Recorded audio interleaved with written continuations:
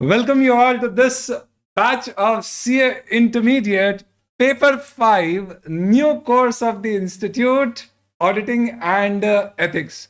स्वागत है दोस्तों आप सभी का हमारी इस लाइव बैच में जो हर मोड में अवेलेबल है, रिकॉर्डेड एंड्रॉयड iOS, जिसमें आज से हम शुरुआत करेंगे हमारी journey of this particular paper of auditing and ethics. क्या क्या डिस्कस करने वाले हैं आज के हमारे लेक्चर में? तो सबसे पहले हम हमारे chapter 1 of nature and scope of audit के एक बहुत ही ब्रीफ पार्ट को स्टार्ट करेंगे, जिसमें हम पढ़ेंगे definition of auditing. In fact honestly speaking, क्योंकि आप अभी अभी फाउंडेशन से इंटरमीडिएट में आए, तो हो सकता है कि अपन ऑडिट टर्म से ही बहुत ज़्यादा वाकिफ ना हो। तो सबसे पहले अपन अपनी क्लास में शुरुआत ही करते हैं ऑडिट शब्द को समझने से, और second part of the class में हम डिस्कस करेंगे हमारी बैच के बारे में सब कुछ, हमारे सिलेबस के बारे में सब कुछ। So we are going to talk about what is your syllabus under the new syllabus applicable from May 24। उनमें हमारी बैच में हम कैसे पूरे सिलेबस को क्या ड्यूरेशन में कवर, कितने लेक्चर्स में करने वाले हैं, क्या आपको बुक्स मिलेंगी, drone charts, Brahmastra, question bank, MCQ book, and आपका एग्जाम पेपर कैसा आता है, और उसके हिसाब से हमारी प्रिपरेशन स्ट्रैटेजी क्या होना चाहिए।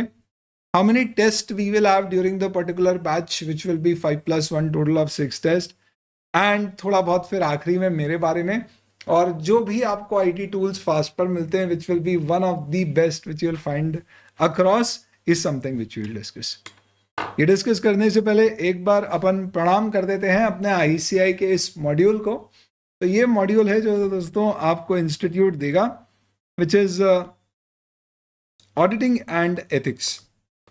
इसके इनिशियल पेजेस में इन्होंने बताया है कि आपके सिलेबस में क्या क्या चीज़ें शामिल है और अलग अलग चैप्टर्स में क्या क्या चीज़ें कवर की है।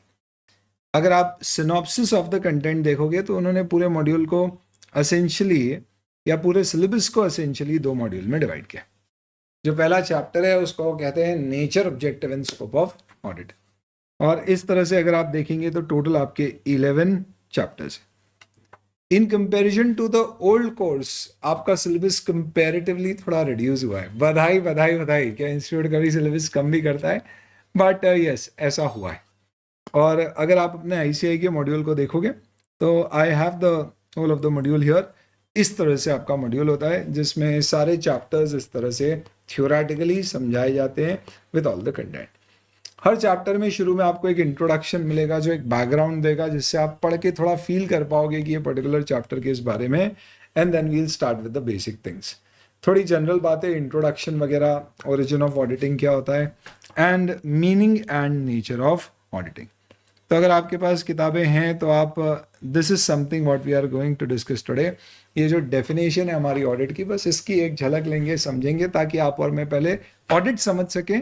वो समझोगे तो फिर मुझे आपको थोड़ी सी आसानी होगी ये सारे टॉपिक्स आपके सिलेबस में जो हैं उनमें क्या क्या अपने को पढ़ना है ये समझाने के लिए। और ये सब हम कहाँ से समझेंगे?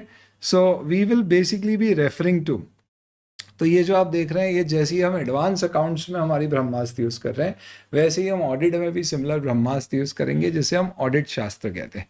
This is under preparation and this will be made available to you, और पूरी पढ़ाई हमारी इसी से होगी। बट क्योंकि ऑडिट अपने आप में, तो पहले ये जो I am just going to show you, पहले इसका इस तरह का कुछ स्वरूप होता था। अब इसी कंटेंट को थोड़ा सा और रिफाइन करके, मल्टी कलर करके, कलर कोड्स यूज करके, इंपॉर्टेंट चीज़ों को हाईलाइट करके आपके लिए ऑडिट शास्त्र बना दी गई है। And not just this, some feature, in fact something which is very well appreciated by students of CA intermediate is our drone charts. ये ऑडिट को कंसाइज करके बहुत ही ब्रीफ में पूरे ऑडिट को रिवाइज करने के लिए बहुत मददगार साबित होते हैं। And a lot of students including a lot of rankers for the last 1 month of their revision और 2 months purely rely on this. ये बोलने के चार्ट्स हैं, पर मैं आपको अभी दिखाता हूँ, ये चार्ट्स ऐसे नहीं है, ये अपने आप में काफ़ी डिटेल्ड हैं। जस्ट दैट इनको कंसाइज किया है, ग्रामर को कम किया गया, और इसके कंटेंट को कुछ इस तरह से प्रिपेयर करके आपको दिया गया है, ताकि आप बहुत स्मूथ मैनर में पूरे ऑडिट के सिलेबस को कम से कम शॉर्ट से शॉर्ट नंबर ऑफ पेजेस में कवर कर सकें, विजुअल मेमोरी क्रिएट कर सकें, मल्टीपल टाइम्स रिवाइज कर सकें। हमारे जो रिवीजन वीडियोस आपके साथ शेयर होंगे अंत में, once you are done with all the batch और फिर एग्जाम से पहले रिवाइज करोगे, उसके लिए we will use these particular charts what we call as drone chart. तो वही जो पहला टॉपिक हमें डिस्कस करना है, वही पहला टॉपिक आपको ड्रोन चार्ट में भी मिलेगा, पूरी definition with all the summary notes. लेकिन वहीं पर just to give you a quick comparison, अगर हम इसे ब्रह्मास्त्र में ऑडिट शास्त्र में देखेंगे तो you will comparatively find it in more detailed fashion, इसका कंटेंट कंपैरेटिवली थोड़ा सा ज़्यादा कवर्ड होगा। एनी विच वेज दोस्तों, ये सब चीज़ें डिस्कस करते जाएंगे, बात बनती जाएगी, समा बनता जाएगा। सबसे पहले आप लोग मुझे बताओ, आपके हिसाब से क्या लगता है आपको ऑडिट क्या होता है? क्या तुमने लाइफ में कभी कोई ऑडिट किया है? Let us start with that. अरे सर हम मासूम, अभी हम कहाँ से ऑडिट करेंगे सर? तो दोस्तों, कभी तुम होटल गए होगे और तुम्हारे घर वालों ने आखिरी में तुमको बस इतना बोल दिया होगा कि अरे एक काम कर, जरा ये बिल चेक कर ले। हैं? हुआ है क्या ऐसा? ऑफ कोर्स सर, ऐसा तो कई बार होता है। इनफैक्ट हम खुद ही बोल देते लाओ हम चेक करेंगे कि उसने कहीं कुछ ज्यादा तो नहीं लगा दिया। तो दोस्तों, सही मायने में ये भी एक तरह का क्या है, ये मैं ये तो नहीं कहूंगा कि ये ऑडिट है, बट मैं ये तो जरूर कह सकता हूं कि ये भी एक तरह का क्या है, ऑडिट है। क्योंकि आप एसेंशियली कर क्या रहे हो, आप उस बिल में चेक कर रहे हो कि उसने जो जो आइटम्स लगाई है, क्या मैंने वाकई रेस्टोरेंट में जब खाना खाने फैमिली के साथ गए थे तो क्या ये सारी चीज़ें हमने ऑर्डर करी। कुछ तो इतने ज़्यादा बारीक होते हैं, बॉर्न चार्टर्ड अकाउंटेंट, खून में ही उनके सीए गिरी है, वो बोले मेनू कार्ड लेके आओ और वो एक एक करके रेट भी कंपेयर करता है, बोले ज़्यादा तो नहीं लगाते। थोड़ा आप सीए में और पढ़ाई कर लेंगे तो फिर उसके बाद ऐसा भी हो सकता है कि आप उन रेट्स में फिर क्या करोगे, चेक करोगे कि ओ माय गॉड जीएसटी का कैलकुलेशन सही से किया गया है या नहीं किया गया है। और ये सब करके फिर फाइनली क्या करेंगे, यू विल बेसिकली कंक्लूड कि नहीं यार बिल ठीक लगा है। नॉर्मली गलतियां क्या निकलती है, अरे हमने तो यार स्वीट कॉर्न कैंसिल कर दिया था, तुमने इसे बिल कर दिया। अरे मिनरल वाटर बॉटल 3 लगा दी, हमने तो 2 ही मंगाई थी। अरे नान तूने खाई थी क्या रे? तो जब आप ये चीजें कर रहे हो तो आप क्या कर रहे हो, यू आर वेरीफाइंग थिंग्स। आप एक तरह से उस इनवॉइस बिल, होटल के उस बिल को क्या कर रहे हो, एग्जामिन कर रहे हो। पर यहां पे आप जो एग्जामिनेशन कर रहे हो दोस्त, वो क्यों कर रहे हो? ये एग्जामिनेशन आप इसलिए कर रहे हो ताकि आपको पेमेंट करना है, और उस कारण से आप चेक करना चाह रहे हैं कि कहीं हम ज्यादा पेमेंट तो ना कर दें। जब यही एग्जामिनेशन मैं खुद के लिए नहीं, लेकिन एक इंडिपेंडेंट फॉर्मेट में करूंगा, सिर्फ एक बिल का नहीं, लेकिन एक फाइनेंशियल स्टेटमेंट में आ रही सारी आइटम्स का करूंगा, और मेरा उद्देश्य उसके बेसिस पर कोई बिल पे करना नहीं होगा, लेकिन उसके बेसिस पर एक रिपोर्ट प्रिपेयर करके देना होगा कि भाई इस कंपनी ने जो फाइनेंशियल स्टेटमेंट बनाए हैं वो ठीक है, सही है, एज पर नॉर्म्स हैं। तो उसे कहा जाता है सामान्य भाषा में ऑडिट। तो वही डेफिनेशन जो आपने इधर उधर सब जगह देखी, वही डेफिनेशन मैं आपको यहां पे दिखा देता हूं। What is this particular definition? Very simple. What is auditing? तो हम क्या डिस्कस कर रहे हैं, चैप्टर 1। सर थोड़ा सा syllabus, course, marks, coverage, paper सब आएगा, पर पहले टर्म समझ लो तो मुझे बहुत आसान हो जाएगा समझाना। तो सबसे पहले क्या समझना है हमें, ऑडिट की डेफिनेशन। डेफिनेशन कहती है audit is the independent examination of financial information of an entity, whether profit oriented or not, irrespective of its nature or size of business, which is conducted with a view to form and express an opinion there. Sir ये क्या हो गया, इतनी बड़ी definition याद करना है क्या? ऐसे ही याद हो जाएगी? चलो याद करा के बता दूंगा। पहले अभी अपन क्या करते हैं, लेट अस फर्स्ट फोकस, पहले एक बेसिक सी बात करते हैं अपन। क्या अपन पहले फोकस करते हैं किसके ऊपर, इस डेफिनेशन के कीवर्ड्स को, और उसको समझते हैं, और फिर उसके बाद अपन क्या करेंगे, डेफिनेशन देखेंगे याद हुई या नहीं हुई। मैंने कहा ऑडिट एक इंडिपेंडेंट एग्जामिनेशन है, तो एक चीज मुझे समझना पड़ेगी यार, ये इंडिपेंडेंट क्या होता है। दूसरा मुझे समझना पड़ेगा ये एग्जामिनेशन क्या होता है, यानी एग्जामिनेशन का मतलब क्या होता है, हमें किस हद तक जाके डिटेल में चेक करना है। फिर मैंने एक शब्द यूज किया फाइनेंशियल इंफॉर्मेशन। तो फाइनेंशियल इंफॉर्मेशन में सवाल ये उठेगा कि क्या ऑडिटर सिर्फ फाइनेंशियल मैटर चेक करता है, और will he be also required to check non financial matters. In fact एक ऑडिटर कमबख्त होता कौन है, हमें इतना तो पता है चार्टेड अकाउंटेंट है, पर ये चीज़ क्या है। तो चलो मैं तुमको ये सारी बातें बता रहा हूँ, तो मैं तुमको एक और इंटरेस्टिंग चीज़ बताता हूँ।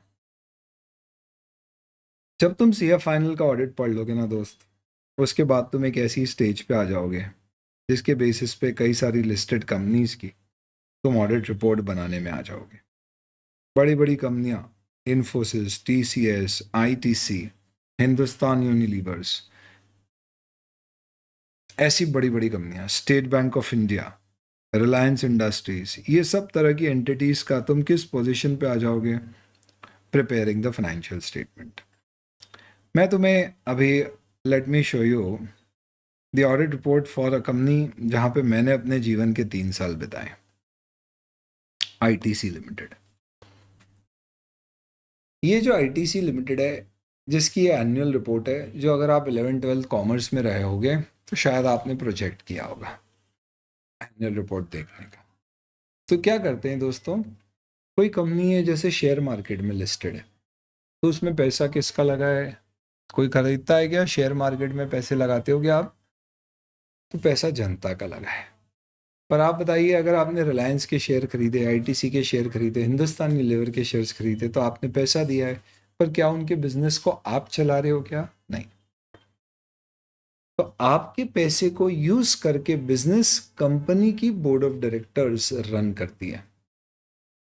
तो भाई हमारा पैसा अगर मैं किसी और को दे रहा हूं चलाने के लिए, तो मैं तो चाहूंगा ना कि जिस किसी और को वो पैसा मैंने दिया है, वो व्यक्ति मुझे मेरे पैसे का उसने क्या उपयोग किया, यूज किया, मुझे बताए। तो इसके लिए कंपनीज एक्ट 2013 कहता है कि हर कंपनी जो कंपनीज एक्ट में रजिस्टर्ड है, उसे साल में एक बार अप्रैल टू मार्च फाइनेंशियल ईयर के अपने फाइनेंशियल स्टेटमेंट प्रिपेयर करना होंगे, और ये प्रिपेयर करने की जिम्मेदारी कंपनी के मैनेजमेंट की होगी। तो जो कंपनी के हमारे डायरेक्टर्स हैं, वो जिम्मा उठाएंगे अपने कंधों पे कि वो साल भर में जो फाइनेंशियल ट्रांजैक्शंस उन्होंने किए हैं, उन सबको अकाउंट फॉर करके balance sheet, P&L, notes to financial statement बना के दे। और ये फाइनेंशियल स्टेटमेंट कौन बना रहा है, मैनेजमेंट। पर पैसा किसका लगा हुआ है, शेयर होल्डर्स। क्या शेयर होल्डर और मैनेजमेंट एक ही होता है, नहीं। भारत में बहुत सारे बिजनेस फैमिली ओन्ड होते हैं, तो जो ओनर है वही वहाँ का मैनेजर है, पर ऐसा हर जगह नहीं है। जैसे आईटीसी को एक्चुअल में स्टार्ट किया था ब्रिटिश अमेरिकन टोबैको कंपनी, जो यूके बेस्ड कंपनी, पर आज की तारीख में वो इसका कोई मैनेजमेंट नहीं देखती। आज भी उसकी है शेयर होल्डिंग, इसमें 31% शेयर इसके पास रखे, पर वो इनसे भी बहुत बड़ी कंपनी है, उसको फुर्सत ही नहीं है। तो उसने बोला कि भैया तुम इंडिपेंडेंटली अपने बिजनेस को मैनेज करो, बस साल के अंत में तुमने साल भर क्या किया उसके फाइनेंशियल स्टेटमेंट बना के हमें भेज देना, हम देखना चाहेंगे कि हमारे पैसे से तुमने क्या पैसा बनाया या गवाया। तो एक बात बताओ, अगर फाइनेंशियल स्टेटमेंट मैनेजमेंट बना के दे दे तो क्या अपन मान ले वो सही है।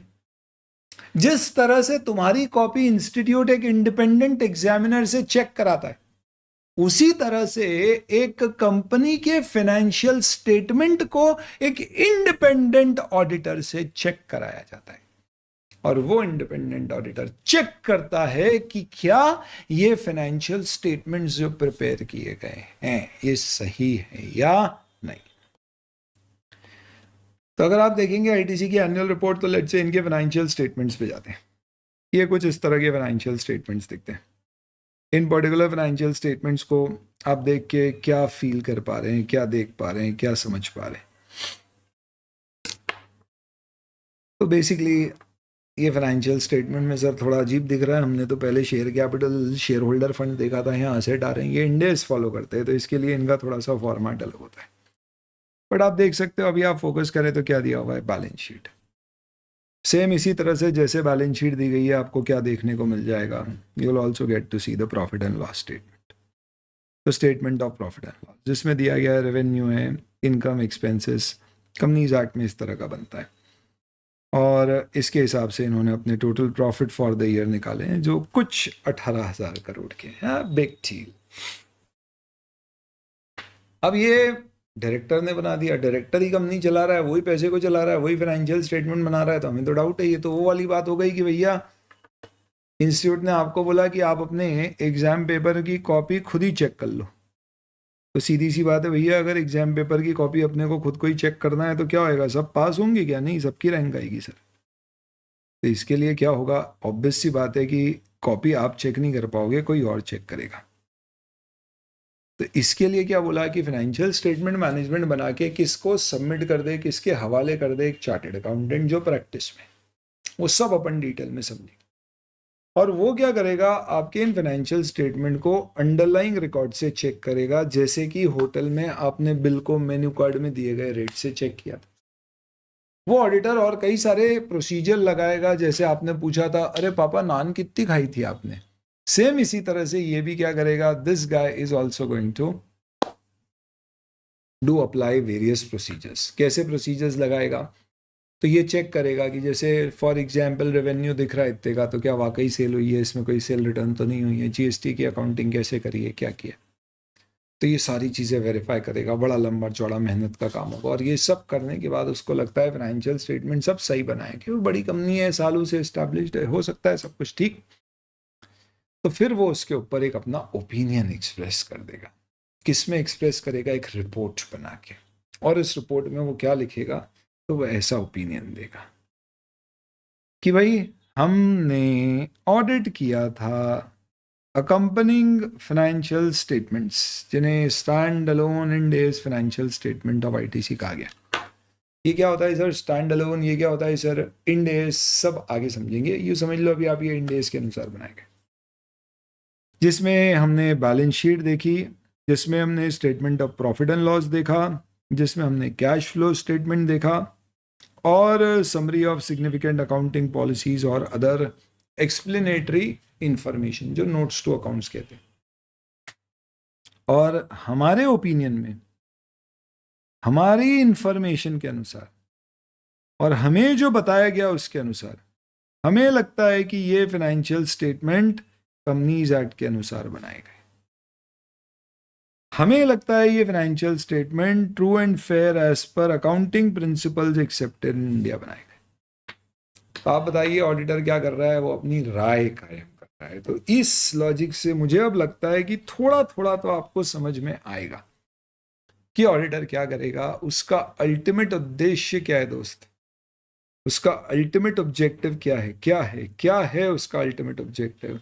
उसका अल्टीमेट ऑब्जेक्टिव है कि उसे ओपिनियन फॉर्म करना है। क्या करना है, he has to form an opinion. Oh my god, sorry.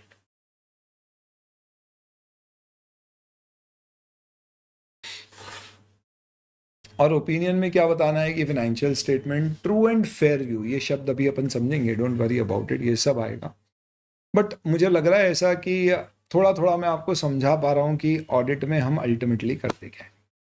हमारा काम है मैनेजमेंट जो फाइनेंशियल स्टेटमेंट बना के देगा उसे चेक करना कि हमें उसमें कोई गलती तो नहीं है, देखना कि क्या उसमें अकाउंटिंग के सिद्धांत सही से लगे हैं, और ये सब करके एक राय अपनी कायम करके एक रिपोर्ट दे देना, जो मैनेजमेंट क्या करेगा फाइनेंशियल स्टेटमेंट के साथ जोड़ के अपने शेयर होल्डर को भेज देगा कि सुनो सुनो सुनो, हमें पैसे देने वालों, हमने साल भर कंपनी को जो चलाया उसका पूरा फाइनेंशियल ब्यौरा दिया है, और हमने एक इंडिपेंडेंट ऑडिटर यानी कि चार्टर्ड अकाउंटेंट से उसका ऑडिट कराया है, जिसने भी ओपिनियन दिया है कि ये फाइनेंशियल स्टेटमेंट दुरुस्त है। वो ऐसा नहीं बोलेगा financial statement are great brilliant, वो सिर्फ बोलेगा they give true and fair view. ये किसने बताया है उसे ऐसा देना है, आईसीआई बताएगा। तुमको सब पढ़ना है। अल्टीमेटली तुम सीए फाइनल का ऑडिट पढ़ने के बाद जो रिपोर्ट तुम देख रहे थे ना, जो फाइनेंशियल स्टेटमेंट तुम देख रहे थे, तुम ऐसे फाइनेंशियल स्टेटमेंट का ऑडिट कर पाओगे। ऑब्वियस सी बात है टीम की जरूरत होगी और ऐसी ओपिनियन बना पाओ। तब जब मैं ये बातें करूंगा तो मेरे मन में कई सारे सवाल आएंगे। कैसे सवाल आएंगे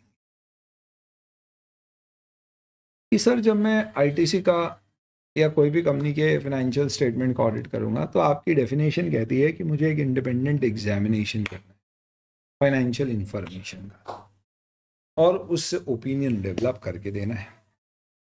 तो सबसे पहला मेरा सवाल यह है कि मुझे एग्जामिनेशन करना है, तो किस हद तक जाके एग्जामिनेशन करना है? बोले तो क्या, एक होता है एग्जामिनेशन, एक होता है इन्वेस्टिगेशन। अब ये एग्जामिनेशन और इन्वेस्टिगेशन में क्या फर्क है? चलो भाई, सबसे पहले इसकी बात करते हैं। तो there is something which we call as examination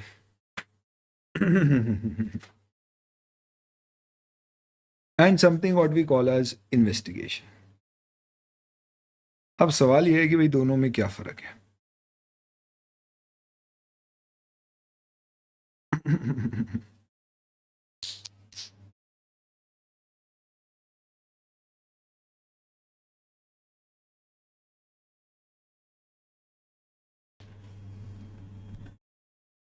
चलिए देखें,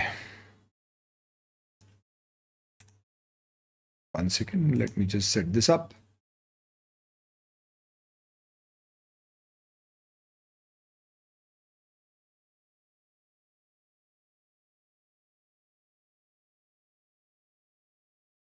Oh my God, what did I do? Sorry.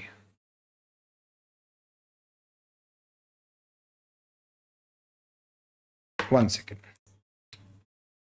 Yes. तो मेरे सामने सबसे पहला सवाल आया कि यार मैं एग्जामिन करूंगा या इन्वेस्टिगेट करूंगा, दोनों में फर्क क्या है और ऑडिटर को क्या करना है? तो इन दोनों के फर्क को समझते हैं। समझिए, आप कभी उदाहरण के तौर पे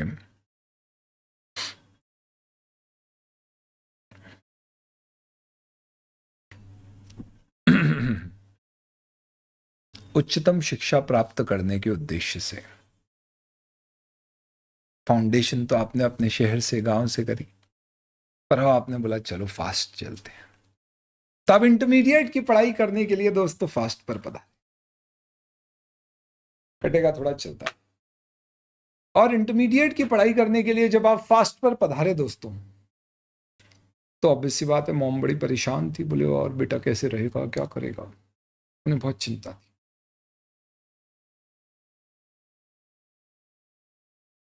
तो मॉम ने बोला मैं भी चलूंगी, तेरे हॉस्टल में सेटअप करवा दूं। हमने बोला अरे मॉम हम सब संभाल लेंगे। मॉम ने बोला नहीं। हमें भी लगा चलो खाने आने की दिक्कत होगी, चल देते हैं।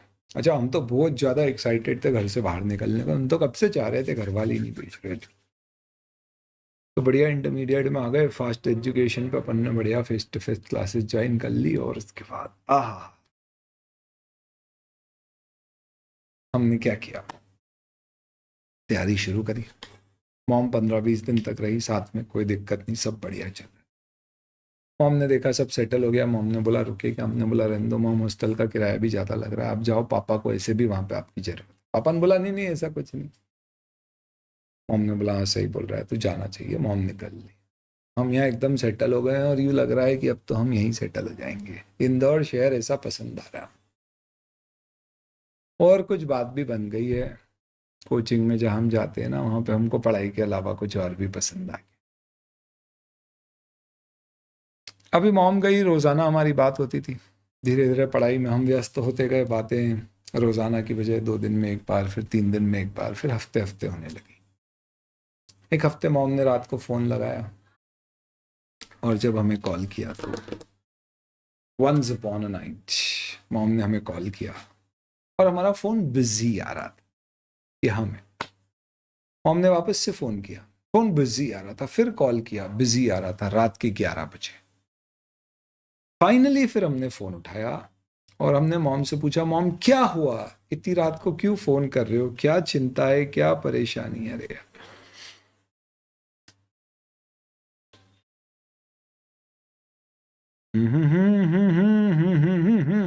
सॉरी। हमने बोला मॉम क्या, व्हाट्स द इशू, क्या प्रॉब्लम है? इतनी रात को फ़ोन लगा रहे हो? मॉम ने बोला अरे मैं चिंता हो रही थी तो रात को फ़ोन नहीं उठा रहा है, 11 साढ़े 11 बज गए, हम फ़ोन लगाए जा रहे हैं तो उठा ही नहीं रहा है, दिक्कत क्या हो रही है? कोई दिक्कत तो नहीं है बेटा, सब ठीक तो है ना, सब खैरियत तो है ना? हमने बोला अरे मॉम रिलैक्स, कोई प्रॉब्लम नहीं है। मॉम ने बोला नहीं बंटी कोई तो बात है तो छुपा रहा है, सब ठीक है ना? हमने बोला अरे कोई दिक्कत नहीं है, दोस्त से बात कर रहे थे, कुछ डाउट आ रहे थे तो उससे पूछ रहे थे। हमने बोला पक्का? हमने बोला हाँ माँ पक्का प्लीज़। हमने बोला कुछ भी हो तो पता, मैं आ जाती हूँ। मैंने बोला नहीं मॉम बस आपका गाजर का हलवा भिजवा दो। अरे गाजर के हलवे की बात से तो मॉम पूरी डाइवर्ट हो गई, भूल ही गई कि इतनी बार कॉल लगाया, हम किससे बात कर रहे थे कुछ भी। बोला अच्छा तेरे को याद आती है हमारे गाजर के हलवे की? हमने बोला अरे मम्मी बहुत याद आती है, आपका खाना बहुत मिस करता हूँ। बोले रुक जा कल ही मामा आ रहे हैं भिजवा। सेटल हो गया मामला। फिर कुछ हफ्ते निकल गए, उसके बाद फिर घर से क्या हुआ, फोन आया। वही रात के 11 साढ़े 11 बजे थे, फोन चला, फोन अपना बिजी आ रहा था। 11 बजे बिजी, 11:15 बिजी, 11:30 बिजी, 12 बजे बिजी। हमने देखा अरे यार मॉम का फोन होगा। हमने बोला चलो ठीक है, हमारी कहीं बात चल रही थी, हम मजे से लगे हुए थे। फाइनली फिर हमको लगा कि नहीं यार अब उठा लेना चाहिए, तो हमने फाइनली फोन पिकअप कर लिया। और जब हमने फोन पिक किया तो हमने बोला हाँ मम्मी बोलो क्या हो गया, तो सामने से आवाज आई, हम बोल रहे हैं। जैसे ही हमने बाबूजी की आवाज सुनी हमारे तो तोते उड़ गए। हमने बोला बाबूजी आप? मॉम के फोन से आ रहा था, हमें लगा मम्मी का फोन है। पेरी पोना बाबूजी, कैसे इतनी रात को फोन लगाया? ओह कुछ सब ठीक तो है, खैरियत तो है? उन्होंने बोला शट अप, ये बता कि तू बात किससे कर रहा था। हम ला रहे नहीं नहीं बाबूजी कुछ नहीं, ऐसा कुछ भी नहीं। बोले क्या कुछ भी नहीं, 1 घंटे से फोन लगा रहे हैं, बिजी आ रहा है, बात किससे कर रहा था? हम ला रहे बाबूजी हम वो बबलू से बात कर रहे थे, बबलू से। बाबूजी ने बोला कौन बबलू? हमला अरे वो हमारी कोचिंग में आता है ना बाबूजी, तो हम उससे बात कर रहे थे, बबलू से बात कर रहे थे। हाँ बबलू से बात कर रहे थे। बाबूजी ने बोला नंबर दे। बोला बाबूजी इतनी रात को बबलू सो गया होगा? बोला अभी तो तू बोल रहा था बात कर रहा होगा। बोला बात कर रहे थे पर अब सो भी गया होगा ना। नंबर दे। क्या करे, देना पड़ा। तो इस फोन से बाबूजी किससे बात कर रहे हैं? बाबूजी इधर किससे बात कर रहे हैं? बंटी हमसे। और हमने क्या बोल दिया भैया, हम किससे बात कर रहे थे? बबलू से। चलिए भैया बबलू से बात कर रहे थे, ये बबलू। तो बाबूजी ने हाथों हाथ किसको फोन मिलाया? तो बबलू को। और बाबूजी ने पूछा इनफैक्ट कि क्यों बबलू तुम क्या अभी बंटी से बात कर रहे थे? बबलू ने बोला कौन बोल रहा है भाई? हमला बबलू हम बंटी के फादर बोल रहे हैं। बोला अच्छा अच्छा जी अंकल, नमस्ते अंकल। क्या बोले आप? क्या तुम अभी बंटी से बात कर रहे थे? और बोला बात मतलब समझे नहीं हम। हमने बोला अच्छा इसका मतलब तुम फोन पर अभी बंटी से बात नहीं कर रहे थे? उन्होंने बोला हाँ हाँ हाँ बंटी, अच्छा अच्छा अच्छा अच्छा, दोस्त तो ऐसे में काम आ ही जाते। उसने बोला हाँ हाँ कर रहे थे ना, बिल्कुल कर रहे थे। बोले क्या बात कर रहे थे? बोला अरे आपने तो बोला डाउट सॉल्व कर रहे थे, तो डाउट ही सॉल्व कर रहे थे। हम बोला अच्छा तो बताओ कौन से सब्जेक्ट के डाउट सॉल्व कर रहे थे? अब घबरा गया बबलू। बबलू ने बोला यार क्या बोले? उसने बोला अभी अभी ऑडिट शुरू हुआ, ऑडिट ही बोल देते। उसने बोला वो बाबूजी ऑडिट ऑडिट के डाउट सॉल्व कर रहे थे, ऑडिट के डाउट सॉल्व। बाबूजी ने फिर फोन उठाया, उनसे पूछा क्यों, कौन से सब्जेक्ट के डाउट सॉल्व कर रहे थे? अभी बंटे की बैंड बज गई। बोले यार अपन कैसे बताएं? उसने बोला पर बताना तो पड़ेगा, क्या करें? तो उसने बोला यार अभी अभी ऑडिट शुरू हुआ, ऑडिट बोल देते। उसने बोला हाँ बाबूजी ऑडिट ऑडिट के सॉल्व कर रहे थे। बाबूजी को लगा ओह ये तो वाकई सही में पढ़ाई की बात कर रहा था, हमने हमारे ही खून पर क्वेश्चन किया, पर बाबूजी को विश्वास है अपने खून पे। बोले यार कुछ तो गड़बड़। बोला अच्छा बताओ ऑडिट पे सॉल्व कर रहे थे तो ऑडिट में कौन से चैप्टर के डाउट? अब ये भाई ने बोला यार अपन क्या बोले, अभी तो शुरू ही हुआ ऑडिट, चैप्टर बता दें। तो अपन बोल देते चैप्टर 1। बोला चैप्टर 1 के क्यों, कौन से चैप्टर के डाउट सॉल्व कर रहे थे? बोले बाबूजी वो चैप्टर 1 के वही चल रहा था। अब इससे पूछा, बोले चैप्टर 1 में बता कौन से टॉपिक के डाउट सॉल्व कर रहा था? अब इसने बोला यार डेफिनेशन ऑफ ऑडिट तो बहुत ही सिंपल है, डाउट बोलेंगे तो कुछ बिगड़ जाएगा, शायद वो ये नहीं बोलेगा। तो उसने थोड़ा सा आगे का बोल दिया। उसने बोला relationship of audit with other discipline के डाउट सॉल्व कर रहे थे अंकल। और इधर हमने पूछा कि बता बेटा किसके डाउट सॉल्व कर रहे थे, बोले बस अभी डेफिनेशन ही शुरू हुई है, उसमें हमको कोई डाउट आया वो सॉल्व कर रहे थे, बस फिर क्या। बाबूजी ने सब निकाल डाला, इससे बात हो रही थी और आपका फ्रॉड एक्सपोज हो गया। अगले दिन बाबूजी क्लास में ही आ गए और समझ में आ गया कि बंटी बबलू से बात नहीं करता है, किससे बात करता है, हमारा छोरा है कोई और, कोई और, कोई और। तो ये है वो जिससे हमारी बात हो रही थी, बाबूजी ने निकाल लिया। आप बताइए दोस्तों, इस पूरे डिस्कशन में कौन एग्जामिनेशन कर रहा है और कौन investigation? Who is doing examination and who is doing investigation? बताना होगा आपको, कहो ना कहो, एग्जामिनेशन और इन्वेस्टिगेशन। सर मदर एग्जामिन कर रही थी, क्योंकि मदर ने हमसे पूछा बेटा किससे बात कर रहा था, हमने बता दिया। और देखा जाए तो फादर इन्वेस्टिगेट कर, क्योंकि उन्होंने एकदम खुरेज के निकाला। आप बताइए ऑडिटर को कैसा होना चाहिए, एग्जामिनर या इन्वेस्टिगेटर? तो डेफिनेशन तो कहती है audit is an independent examination, और अगर मैंने एग्जामिन किया तो उस पर्टिकुलर केस में मैं इस तरह के फ्रॉड्स तो निकाल ही नहीं पाऊंगा, और हमारे छोरे तो सब निकल जाएंगे धोखाधड़ी करके। तो क्या ऑडिटर ऐसे बस हल्का फुल्का चेक करेगा या गहराई में जाके चेक करेगा? And that is something which we are discussing now दोस्तों। And this particular discussion is basically answered with one particular term जिसको अपन आगे डिस्कस करेंगे, which is termed as professional skepticism. क्या देखते हैं हम? Basically what we have to see is professional skepticism. क्या मतलब है इसका? डिटेल में अपन इस शब्द को आगे समझेंगे, पर आप एक बेसिक फंडामेंटल बात समझो। वो क्या?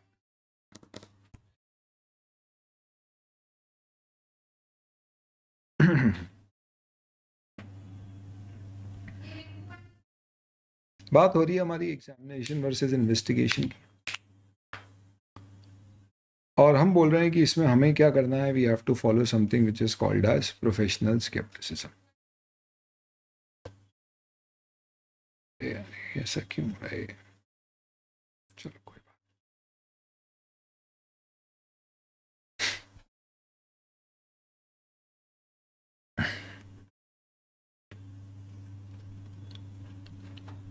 उसका मतलब समझिए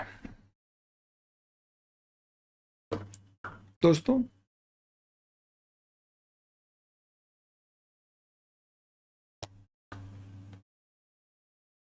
एक ऑडिटर को करना तो एग्जामिनेशन ही चाहिए, लेकिन डर यह है कि अगर आप एग्जामिनेशन ही करते रहोगे तो हो सकता है कि मैनेजमेंट कोई चीज आपसे छुपाए, आपको पता ही ना पड़ पाए, क्योंकि आप उसे उतनी गहराई में चेक नहीं कर पाए जैसे कि इस माताजी और बाबूजी के उदाहरण में।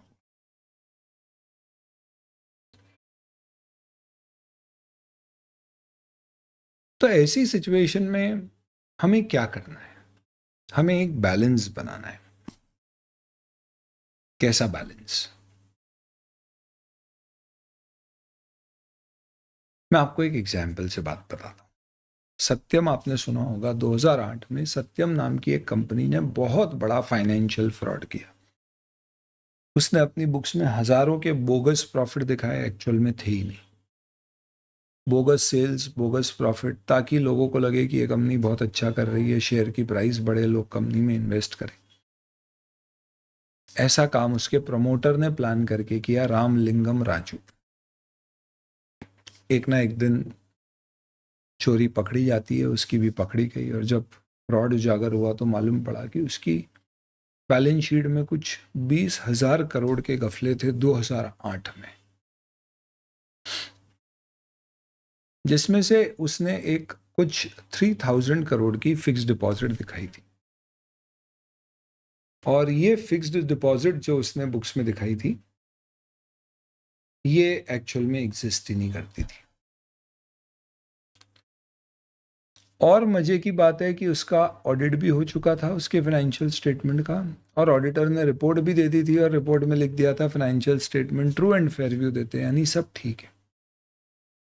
और ऑडिटर भी ऐसा कोई हल्का फुल्का ऑडिटर नहीं, one of the big four. आपने सुना होगा बिग फोर क्या होते हैं? वर्ल्ड की 4 सबसे बड़ी अकाउंटिंग एंड ऑडिटिंग की फर्म्स हैं, जिसमें नंबर 1 पे प्राइस वाटर हाउस, 2 पे डेलॉइट, 3 पे KPMG, 4 पे अर्न्स्ट एंड यंग आती है। तो इस पर्टिकुलर संस्थान सत्यम कंप्यूटर्स का ऑडिटर मालूम है कौन था? प्राइस वाटर हाउस, कभी नाम सुना हो? यानी वर्ल्ड की सबसे बड़ी सी और अकाउंटिंग फर्म, वो उसके ऑडिटर थे। और उन्होंने को कोई दिक्कत नहीं मिली। 3,000 करोड़ का बैलेंस एक था, उनको लगा ये सही है, जबकि वो एक्चुअल में एग्जिस्ट ही नहीं करता था, फेक था पूरा। तो बात हुई तो पूछा गया, तो जब ये फ्रॉड उजागर हुआ तो ऑब्वियस सी बात है ऑडिटर के ऊपर उंगलियां उठी। ऑडिटर से सवाल पूछे गए कि भाई ऑडिटर, ये तूने क्या किया, तूने कैसे चेक किया? तेरे को 3,000 करोड़ की एफडी दिखी नहीं, तूने चेक की होगी बैलेंस शीट तो देखा होगा ना कि फिक्स डिपॉजिट है या नहीं है, वेरीफाई किया होगा। कैसे वेरीफाई किया? तो आईसीआई बैठा और सामने प्राइस वाटर हाउस था और डिस्कशन शुरू हुआ। आईसीआई ने बोला आपने ये 3,000 करोड़ की एफडी कैसे वेरीफाई करी भाई? तो प्राइस वाटर हाउस के पार्टनर जिन्होंने सीए, जिन्होंने ऑडिट संभाला था, उन्होंने बोला भाई हमने तो चेक किया था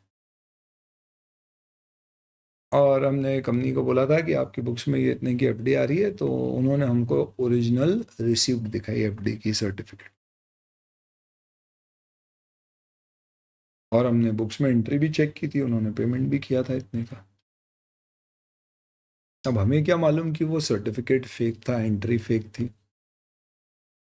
हम कोई सीआईडी प्रद्युमन तो है नहीं, ना ही हमारे पास तारू की जैसी कोई लैब है जिसमें हम बोले कि भैया हम जाके सर्टिफिकेट को टेस्ट करेंगे। ये हमारा काम थोड़ी ना है, हम सेमिनरी इन्वेस्टिगेटर नहीं है। हम ये सब चेक नहीं कर सकते कि यार एफडी उसने ओरिजिनल दी या फेक दी, हमको लगा सही है। अब आप बताइए दोस्तों, क्या ऑडिटर ने एग्जामिन किया, एफडी की उसको रिसीप्ट मिल गई, अब कंपनी ने उसे फेक करके बना दी थी, जैसे आप लोगों ने कभी फेक मार्कशीट बनाई होगी अपनी? अरे नहीं सर। तो क्या इसके लिए ऑडिटर जिम्मेदार है या उसे कुछ और चेक करना चाहिए था? आप बताइए। शिवम कहता है सर उसे बैंक से वेरीफाई करना चाहिए था। बहुत बढ़िया बेटा, बिल्कुल सही बात है, हमें बैंक से वेरीफाई करना चाहिए था। क्यों वेरीफाई करना चाहिए था? क्योंकि 3,000 करोड़ कोई छोटा मोटा अमाउंट थोड़ा ना है। अपन सिर्फ एक डॉक्यूमेंट चेक करके थोड़ा ना मांगेंगे, बड़ा अमाउंट है तो अपने को ज्यादा चेकिंग करना चाहिए। तो हमने पूछा पीडब्ल्यू के पार्टनर से, क्यों आपको ऐसा नहीं लगा एक बार भी कि अपन क्रॉस चेक कर लेते? उन्होंने बोला हाँ किया था हमने बैंक से भी कंफर्मेशन मांगी थी और बैंक के मैनेजर ने कंफर्मेशन भी दी कि हमारे पास इतनी एफडी है सत्यम की। हमें क्या मालूम बैंक मैनेजर भी मिला हो। अब आप बताइए दोस्तों, ऑडिटर इससे ज़्यादा क्या करेगा? अब हमको इन्वेस्टिगेटर तो है नहीं कि बैंक मैनेजर को एक लाइट डिटेक्टर टेस्ट पर बिठा दे और उससे कसम खिलवा दे, जो भी बोलेगा सच के सिवाय कुछ नहीं बोलेगा। ऐसा इन्वेस्टिगेटर पुलिसमैन कर सकता है। हम तो क्या है, हम पुलिसमैन थोड़ी ना है यार, हम एग्जामिनर है। तो क्या इस मुद्दे पर ऑडिटर को गिल्टी मानना चाहिए कि भाई मैनेजमेंट ही अगर सारी चीजें झूठ फरेबी कर रहा है, बदमाशी कर रहा है, तो फिर उसके लिए ऑडिटर कैसे जिम्मेदार ठहराया जाए? चलिए, अक्षय बोल रहा है कि सर मैनेजमेंट अगर फ्रॉड करेगा तो ऑडिटर जिम्मेदार थोड़ी ना होगा। क्या बात है बेटा, बहुत अच्छे, वेरी नाइस। तो आईसीआई ने बोला 1 मिनट, इसकी बैलेंस शीट में 3,000 करोड़ की एफडी दिख रही है और 12,000 करोड़ का बैंक ओवरड्राफ्ट दिख रहा है, ये तो कुछ अजीब है। तो उसने पीडब्ल्यूसी के पार्टनर से पूछा कि यार एक बात बताओ, 3,000 करोड़ की एफडी है जिसपे जो ब्याज मिल रहा है उससे 2% ज्यादा ब्याज बैंक ओवरड्राफ्ट पर लग रहा है। तो ओवरड्राफ्ट पे अगर 2,000 रुपए का ब्याज लग रहा है, 2% ज्यादा ब्याज लग रहा है, तो सामान्य सी बात है, क्या करना चाहिए था? आइडियली सत्यम को ये फिक्स डिपॉजिट ओवरड्राफ्ट में जमा कर देना चाहिए था ताकि उसका ब्याज बचे। क्योंकि अगर एफडी में वो 8% कमा रहा है तो ओडी पे उसे 10% ब्याज देना पड़ रहा है। तो बोले यार आपने ये चीज नहीं देखी, आपने ये नहीं पूछा कि यार एफडी क्यों कर रखी है? जब उधार ले रखा है, उधार लेके कौन एफडी करता है, वो भी कम ब्याज पे? जमा करना चाहिए था। पीडब्ल्यू ने बोला हाँ हमको भी ये डाउट आया था और हमने बकायदा पूछा भी मैनेजमेंट से कि क्यों आपने एफडी क्यों करी है, ओडी में जमा करके ब्याज बचा लेते आप। तो मैनेजमेंट ने हमको बताया कि उन्हें है ना कोई आउट ऑफ इंडिया की एक कंपनी को होस्टाइल टेक ओवर करना है, बिना उसके मैनेजमेंट की इच्छा के लेना है।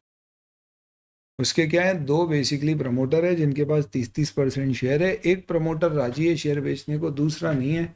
तो हम क्या करेंगे, जैसे ही उसकी मार्केट में शेयर की प्राइस गिरेगी, क्योंकि लिस्टेड कंपनी है, तो हम मार्केट से इसके शेयर उठा उठा के 50% से ज़्यादा शेयर लेकर उस कंपनी को एक्वायर कर लेंगे।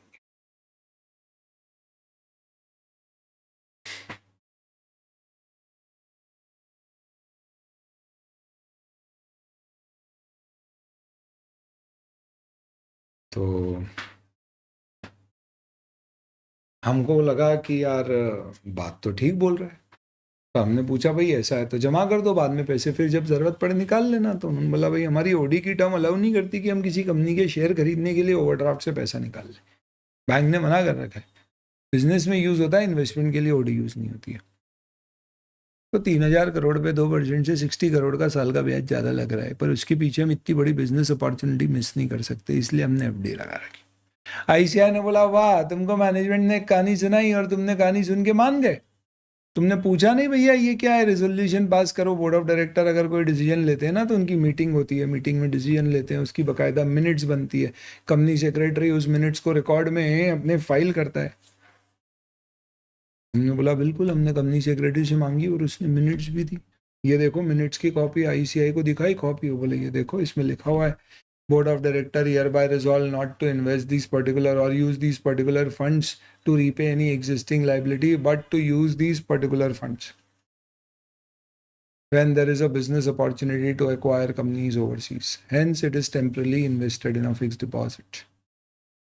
तो बोर्ड ऑफ डायरेक्टर का रेजोल्यूशन पास है, अब भैया मैनेजमेंट है वो पैसा मैनेज कर रहा है तो वो डिसीजन लेगा ना। हम क्वेश्चन थोड़े ना कर सकते हैं कि उसने क्यों एफडी की। अब हमको क्या मालूम, कमबख्त सारे बोर्ड ऑफ डायरेक्टर भी मिले हुए। अब अगर टॉप मैनेजमेंट भी मिला हुआ है तो उसमें ऑडिटर क्या करेगा, मैं थोड़ा ना जिम्मेदार हूँ भाई। मैं कैसे सोचूंगा कि उनके अंदर क्या चल रहा है, मुझे तो जो दिखाया जाएगा मैं वो एग्जामिन करूंगा। मैंने सब एग्जामिन किया।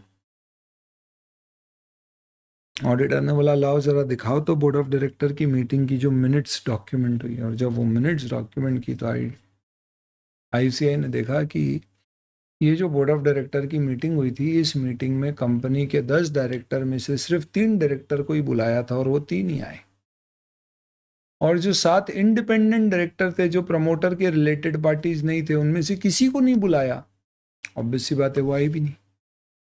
आईसीआई ने बोला ये बातवान ये चेक किया आपने? हमने बोला यार हम इतना थोड़ी ना चेक करेंगे कि किसको बुलाया किसको नहीं बुलाया। आईसीआई ने बोल दिया गिल्टी। हैं, क्या बात कर रहे हो सर, इतना चेक करना पड़ता है क्या? तो दोस्तों एक चीज समझो, audit is not common sense.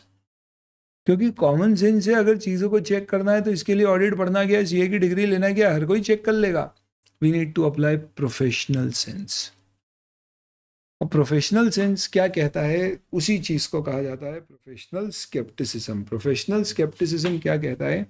Professional scepticism basically says that what you should keep in mind always is, as an auditor you are responsible, as an auditor you are responsible to do what? You are basically responsible to examine. As an auditor आपके लिए जिम्मेदारी क्या है? आपको examine करना है। As an auditor आपकी जिम्मेदारी नहीं है कि आप इन्वेस्टिगेट करोगे, तो you just have to examine, that's about it. लेकिन अगर आपको एग्जामिन करते करते किसी भी सिचुएशन में कभी भी कोई डाउट आ जाता है तो फिर आपकी जवाबदारी है। क्या जवाबदारी है दोस्त, कि आप फिर क्या करेंगे? In that particular case you should also do what you should do. Sorry, in case अगर आपको कभी डाउट आता है तो ये आपकी जिम्मेदारी होगी कि आप ऐसी सिचुएशन में क्या करेंगे, आप डिटेल में उन्हीं चीज़ों को वेरीफाई करेंगे। यानी ज़रूरत पड़ने पे आपको क्या करना चाहिए, you should further investigate, and this is something which is expected from the auditors. चलिए ठीक हो गया। तो क्या कहा गया है, आपको क्या करना है दोस्त, you have to do examination और इन्वेस्टिगेशन। तो हमें एग्जामिन ही करना है, हमें इन्वेस्टिगेट नहीं करना। पर अगर कभी डाउट आएगा तो हम फर्दर इन्वेस्टिगेट करने भी चले जाएंगे। और इसी चीज़ को प्रोफेशनल स्केप्टिज्म कहते हैं। अपन आगे पढ़ेंगे, अभी एक भी चीज़ अपने को नोट नहीं करना है। पहले मैं चाहता हूँ कि आप समझो कि ऑडिट कॉमन सेंस नहीं है कि मैं होटल गया और होटल का बिल चेक कर दिया तो एक तरह से ऑडिट कर दिया। बोलने में ठीक है ये, पर ये सिर्फ एक एग्जामिनेशन है। ऑडिट में इससे काफ़ी ज़्यादा प्रोफेशनल सेंस लगेगा। तो हमें एज एन ऑडिटर क्या करना है, we need to check things, बी चेक करने के बाद डाउट हो तो फिर फर्दर डीप डाइव करना है और चीज़ों को ढूंढना है। ऐसी प्रक्रिया से जब हम चीज़ें करेंगे तब जाके हम कहेंगे कि हम ऑडिट कर पा रहे हैं। तो examination does not just means कि ऊपर ऊपर देखना है, इट मीन्स कि हमें प्रोफेशनल स्केप्टिसिज्म यानी सेंस के साथ एग्जामिन करना। एक बेसिक डिफरेंस बता सकते हो क्या आप एग्जामिनेशन और इन्वेस्टिगेशन के बीच में? रुकता हूं मैं चार्ट्स में, देखता हूं क्या जवाब देते हैं आप लोग। एग्जामिनेशन और इन्वेस्टिगेशन के बीच में डिफरेंसेस बताइए। चलिए देखते हैं क्या आपके मन में आते हैं। ओ हो, धीरे धीरे भैया, थोड़ा आराम से। ये बहुत सही है। अनुभा कह रही है कि इंटेंशन। क्या बात है, मुझे उम्मीद ही नहीं है कि इंटर में इतना ज्ञान बच्चों को।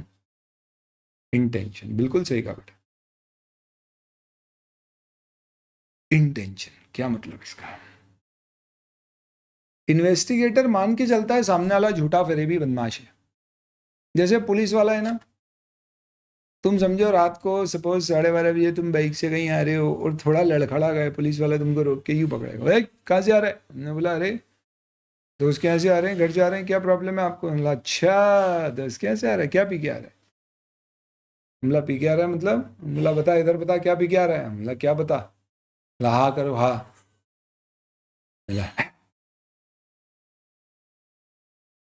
उसने बोला चलो ब्लड टेस्ट कराएंगे तुम्हारा।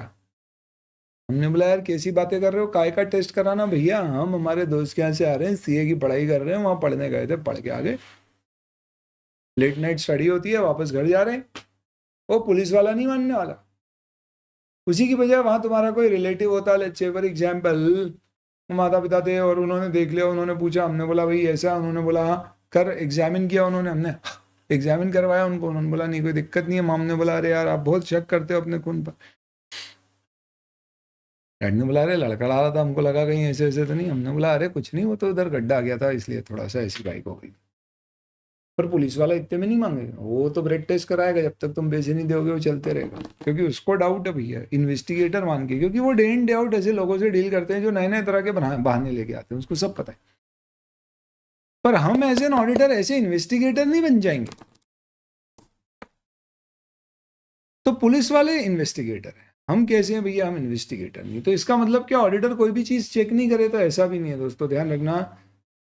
एग्जामिनेशन आपको करना है, बिना एग्जामिन किए आप रिपोर्ट नहीं दे सकते। मैं कभी डॉक्टर के पास जाता हूँ, मैंने डॉक्टर को बोला डॉक्टर साहब सर में बहुत दर्द होता है, कोई दवाई लिख दो। उन्होंने बोला एक काम करो लेट जाओ चेकअप करेंगे। हमने बोला क्या लेट जाओ भैया, सर में दर्द है दवाई लिख दो, लेटना क्या इसमें?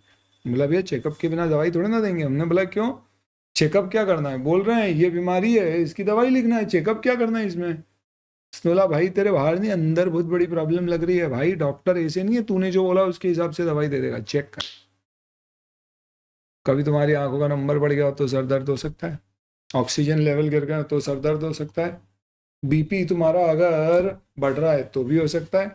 तो चेक करना पड़ेगा हमें। तुम्हारा ब्लड प्रेशर लिया उसने, हमारा आगे ऐसे ऐसे करके मालूम नहीं क्या दिखा उसको, करवाया सब, उसने चेक किया, उसने बोला ठीक है नॉर्मल है, कोई दिक्कत नहीं, दवाई लिखते।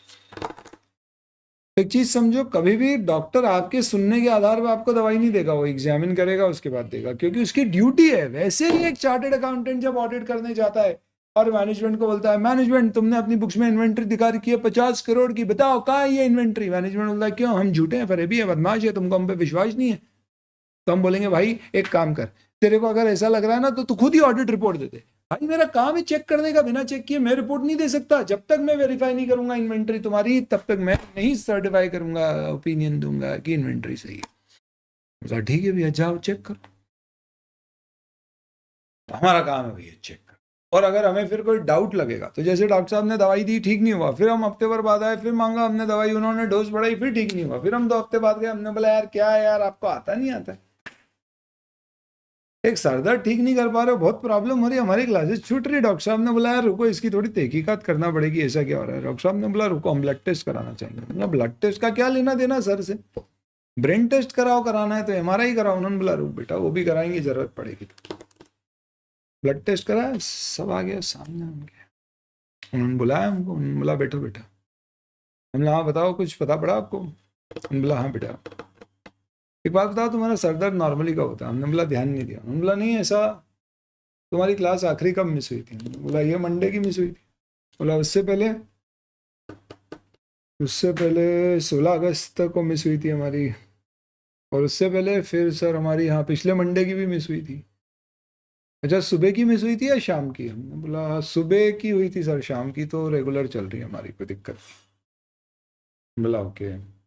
ऐसे मंडे सुबह की क्लास तुम्हारी 2-3 मंडे से मिस हो रही है, तो संडे कहाँ गए थे? बोला कुछ नहीं, दोस्तों के साथ घूमने फिरने। बोला अच्छा, घूमने फिरने गए तो कुछ बाहर खाया पिया भी हो? हमला हाँ, वो तो हमको एक दोस्त के यहाँ बैठ जाते हैं और वहीं पे मंगा लेते हैं, ऑर्डर कर लेते हैं, स्विगी जोमेटो खा लेते हैं। डॉक्टर साहब ने बोला और कुछ खाते होते साथ में, पीते भी हो गए? हमने कहा हाँ, अमूल कूल, अमूल कूल बहुत पसंद है हमको, पिस्ता फ्लेवर ग्रीन कलर का आता है, बहुत पसंद है हमको। डॉक्टर साहब ने बोला बेटा अमूल कूल में पिस्ता तो फ्लेवर ही नहीं आता, उसको इलायची बोलते हैं। हमने बोला अरे जो भी है वो ग्रीन कलर का, बहुत पसंद है हमको। डॉक्टर साहब ने बोला सही सही बता दो, नहीं तो अभी बता देंगे कि संडे रात को तुम कहाँ जाते हो, क्या पीते हो, जिससे तुम्हारा अगले दिन सुबह सर दुखता है। सब समझ में आ गया हमको इस पर्टिकुलर रिपोर्ट में, झूठ मत बोलना, बकार्डी है ना? हमने बोला अरे नहीं नहीं, एब्सोल्यूट। मतलब समझ में आया दोस्तों? सरदर्द का कारण क्या है? हैंगओवर। वो शुरू में आपको एग्जामिनेशन से पकड़ में नहीं आएगा, पर अगर आपको डाउट होगा तो आप फर्दर इन्वेस्टिगेट करोगे तो पाएगा। बस ऑडिटर भी ऐसे ही करता है। तो ये करना इतना आसान नहीं है, इसको करने के लिए आपको बहुत चीजें समझना पड़ेगी, क्योंकि कितनी सारी चीजें फाइनेंशियल स्टेटमेंट में, उसमें किस गहराई तक उतरना है, ये सब समझने के लिए आपका ये ऑडिट का चैप्टर है। ये आपको ऐसे एक एक चीज में बताएगा कि कैसे अपने को डिटेल में चीजों को चेक करना चाहिए, वेरीफाई करना चाहिए।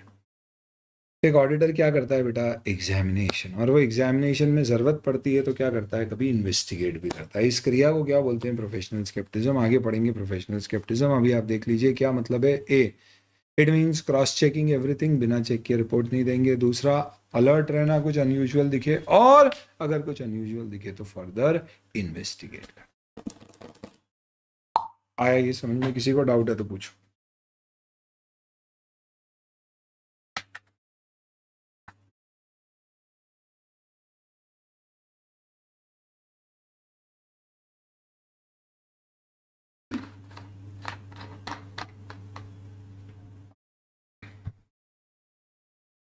अभी लिखना मत दोस्त, आज पहले दिन है, थोड़ा सा बेस बन जाए, तुम समझ जाओ ऑडिट की परिभाषा को, थोड़ी सब टर्मिनोलॉजी में आपके सामने लेके आ जाऊं, फिर अपन थोड़ा आगे डिस्कस कर पाएंगे।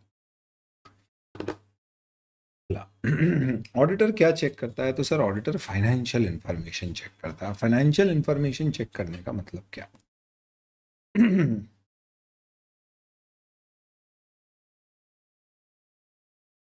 मैं आपसे एक सवाल पूछता हूं, जवाब दीजिए।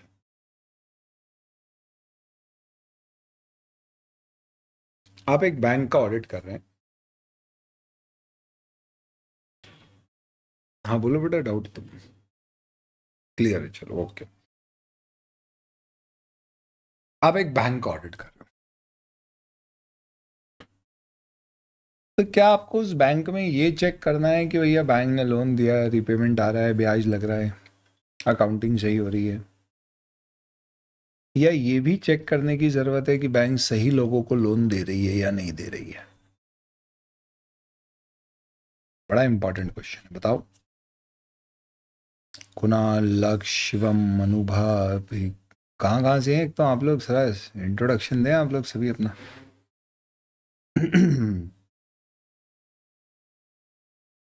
बताइए।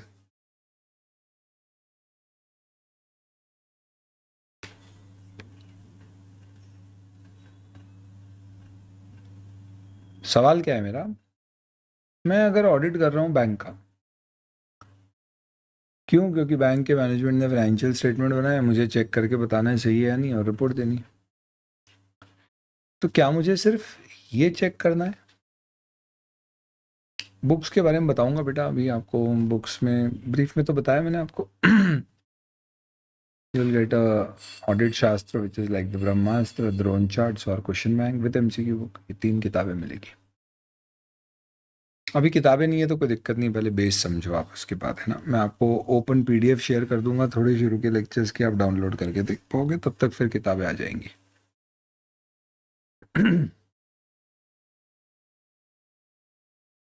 तो मेरा सवाल है ये कि क्या एक बैंक में मुझे ये चेक करने की ज़रूरत है क्या कि वो लोन सही लोगों को दे रहा है या नहीं? या मुझे क्या लेना देना, मुझे तो देखना है जिनको लोन दिया बुक्स में रिकॉर्ड किया उनसे पैसा आ रहा है तो बढ़िया है। पैसा नहीं आ रहा तो कोई बैड डेट का प्रोविजन तो नहीं बनाना है, वो बनाना है तो वो बनवा दूंगा। तो इसका मतलब क्या है, फाइनेंशियल इंफॉर्मेशन चेक करने में मेरे सामने कई सारे सवाल आते हैं। पहला, क्या मुझे इंटरनल कंट्रोल्स चेक करने की ज़रूरत है? और ये शब्द आपके सामने बहुत बार आएगा,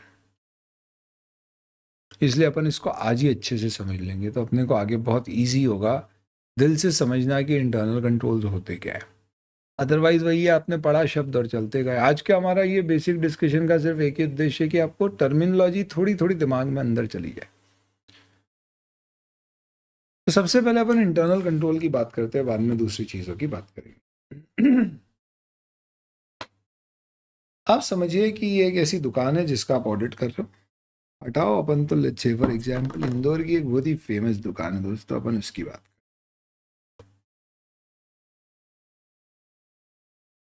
जॉनी भाई की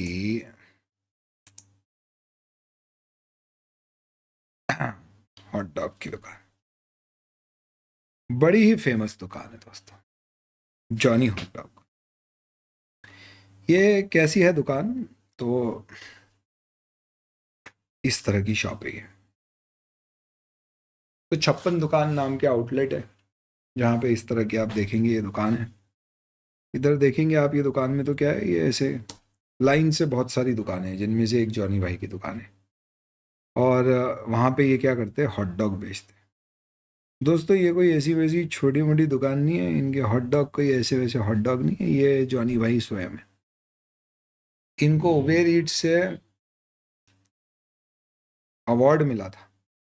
क्या अवार्ड? ये इंदौर की शान 56 दुकान। यहाँ से दिख रहा है, बढ़िया, इसी को रखते हैं सामने, थोड़ी सी भूख भी लगेगी अपने।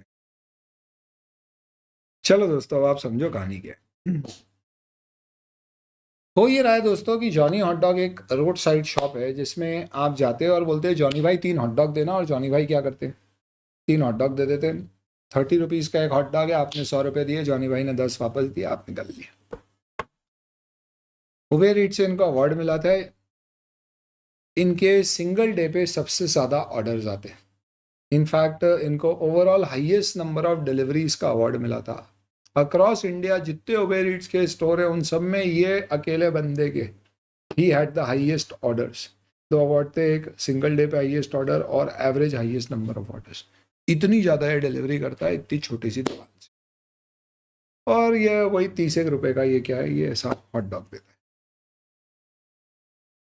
तो अपन सिया बन गए। सिया बनने के बाद दोस्तों ने बहुत पार्टी मांगी, अपन ने दी नहीं। दोस्तों ने बोला अबे तो सबकी पार्टी में आता है, खुद तो दे दे। हमने बोला अब देना ही पड़ेगी, ऐसी बात बोल दी। हमने बोला जॉनी हॉट डॉग खिला देते, क्या फ़र्क पड़ रहा है, 30 रुपये का है कि कितने खा लेंगे। 25 दोस्तों को बुलाया, 50 आ गए। हम बोला खाओ भाइयों, दिल खोल के खाओ, कितने खा लोगे, 2 खा लोगे, खा लो। एवरेज सब 4 4 खा गए, 200 हॉट डॉग खा लिए, 30 रुपये के हिसाब से 6,000 रुपये का बिल बन गया। हमने जॉनी भाई को बोला जॉनी भाई 200 हॉट डॉग खाए दोस्तों ने, ये 6,000। जॉनी भाई ने हमको बुलाया और बोला क्या बात है भाई बंटी,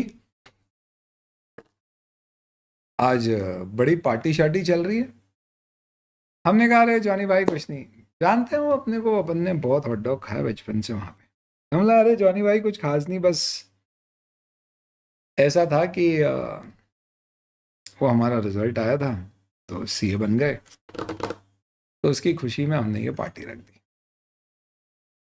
हम बोला क्या बात कर रहे हो, सीए बन गए? हमने बोला हाँ। तो बोले क्या आगे का क्या प्लान है? बोला वो देखो अभी बने आप समझते हैं। बोले अरे क्या मतलब जॉब वॉब में जाओगे? बोला देखेंगे, लगेगी तो जॉब, नहीं तो प्रैक्टिस, नहीं जमी तो कोचिंग पढ़ाएंगे। जॉनी भाई ने बोला चलो बढ़िया है। हम बोला जॉनी भाई देखो ऐसे सही बताया तो प्रैक्टिस ही करेंगे। क्या फादर भी सी है, चली रही है प्रैक्टिस उनकी, तो उनको ही साथ में जोड़ेंगे और आगे बढ़ाएंगे। तो प्रैक्टिस ही करना है, जॉब वॉब में तो नहीं जा रहे। जॉनी भाई ने बोला यार बढ़िया है, तुम तो यहीं पे शहर में प्रैक्टिस कर रहे हो, तो एक काम करो ना हमारा भी ऑडिट कर दो। हमने बोला अरे यार जॉनी भाई आपकी क्या कंपनी है क्या? उन्होंने बोला नहीं नहीं अपनी तो कुछ नहीं है, प्रोपराइटरशिप है, बस अपने नाम से ही है, कुछ और ऐसा तो कुछ है भी नहीं, अपन ने कुछ किया भी नहीं। हमला अरे जॉनी भाई फिर कोई दिक्कत नहीं है, अगर ऐसा है ना तो देखो 2 करोड़ तक तो ऑडिट की जरूरत इनकम टैक्स में भी नहीं होती है, अपन इनकम डिक्लेयर कर दो बस, कोई दिक्कत नहीं है। 2 करोड़ के ऊपर टर्नओवर जाए तो ऑडिट कराना है। जॉनी भाई ने बोला फिर कोई प्रॉब्लम नहीं। क्यों? क्योंकि हमारा तो टर्नओवर कभी भी 1-1.5 करोड़ से ऊपर जाता ही नहीं है महीने का। हमला क्या बोले? बोले 1-1.5 करोड़ से ऊपर 1-1.5 करोड़ मैक्सिमम, इससे ऊपर कभी टर्नओवर नहीं किया हमारा किसी भी महीने में। जॉनी भाई ने बोला है? हमने बोला इनफैक्ट है 1-1.5 करोड़ महीने का, यानी कि आप साल का क्या 12-15 करोड़ कर देते हो? बोले हाँ इतना तो हो ही जाता है आराम से। हमला यार क्या किया सीए करके।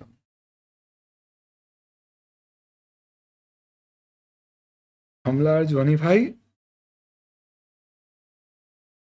आपको तो ऑडिट कराना पड़ेगा, आपने नहीं कराया। तो बोले यार आप कर दो। हमने बोला चलो ठीक है कोई दिक्कत नहीं है। अगले दिन हम जॉनी भाई के ऑडिट करने गए। हमने बोला जॉनी भाई आपकी बुक्स वगैरह कहाँ रखते हो? बोले यही बस अपनी यही दुकान है, यहीं पे नीचे रखी हुई है, देख लो। रोज गले में वो एक रजिस्टर में लिख देते हैं आज इतने रुपए आए, इतना माल बिका। हम गए, हमने चेक किया, हमने बोला भाई आज कितना माल बिका है देखा। हमने बोला चलो वहां खड़े होके थोड़ा ऑब्जर्व करते हैं। तो हम दूर पीछे वहां से छुप छुप के ऐसे झांक झांक के, यूं झांक झांक के देखने लग गए क्या चल रहा है, और ऐसे छुप गए। हमला छुप के हम क्या करते हैं, देखते हैं क्या चल रहा है वहां पे। और दोस्तों जब हमने छुप छुप के देखा तो हमारी आंखें खुली की खुली रह गई। क्यों? क्योंकि हमने क्या पाया वहां पर। हमने देखा कि जॉनी भाई के यहाँ कई सारे लोग आते हैं और बोलते हैं जॉनी भाई 2 हॉट डॉग खाते हैं, और निकल लेते पैसे दिए बिना। क्योंकि जॉनी भाई पहले हॉट डॉग देते बाद में पैसे। हमने जॉनी भाई को फोन लगाया, हमने बोला जॉनी भाई अभी के अभी इधर आओ। बोला क्या हुआ? हमने बोला अभी के अभी आओ। वाई? हम बोले क्या हो गया? हमने बोला जॉनी भाई बहुत बड़ी प्रॉब्लम है। उन्होंने बोला क्या? हमने बोला अरे हमें विश्वास नहीं हो रहा है, ऐसा हो रहा है। उन्होंने बोला हुआ क्या? हमने बोला अरे आपको बताएंगे तो आपका विश्वास नहीं होगा, जमीन खिसक जाएगी आपके पांव के नीचे से, आपको लगेगा ऐसा भी हो सकता है क्या। बोला यार बताओ तो सही हुआ क्या। हमने बोला जब हमने ऑडिट किया तो हमने चेक किया आपके कंट्रोल्स बहुत खराब है, you have no good internal controls. उन्होंने बोला ये क्या होता है? हमने बोला भाई आपके यहाँ पे यही कंट्रोल नहीं है कि आदमी खाना खा रहा है, हॉट डॉग खा के जा रहा है, बिना पैसे दिए निकल गया, क्या कर रहे हो आप? जानी भाई ने बोला ये कैसे पॉसिबल है? हमने बोला हमें मालूम ही तो आपका यही रिएक्शन होगा। इनफैक्ट हमने देखा है आपके यहाँ पे 10 में से 2 लोग बिना पैसे दिए हॉट डॉग खा के चले जाते। जानी भाई ने बोला थैंक गॉड, हमें लगता था 10 में से 4 लोग बिना पैसे दिए हॉट डॉग खा के जाते। हम लोग क्या आपको मालूम है कि लोग आते हैं हॉट डॉग खाते हैं और बिना पैसे दिए निकल जाते हैं? हम बोला हाँ। हम लोग आप कुछ नहीं करते? हम बोला नहीं। हम लोग क्या कर रहे हो आप?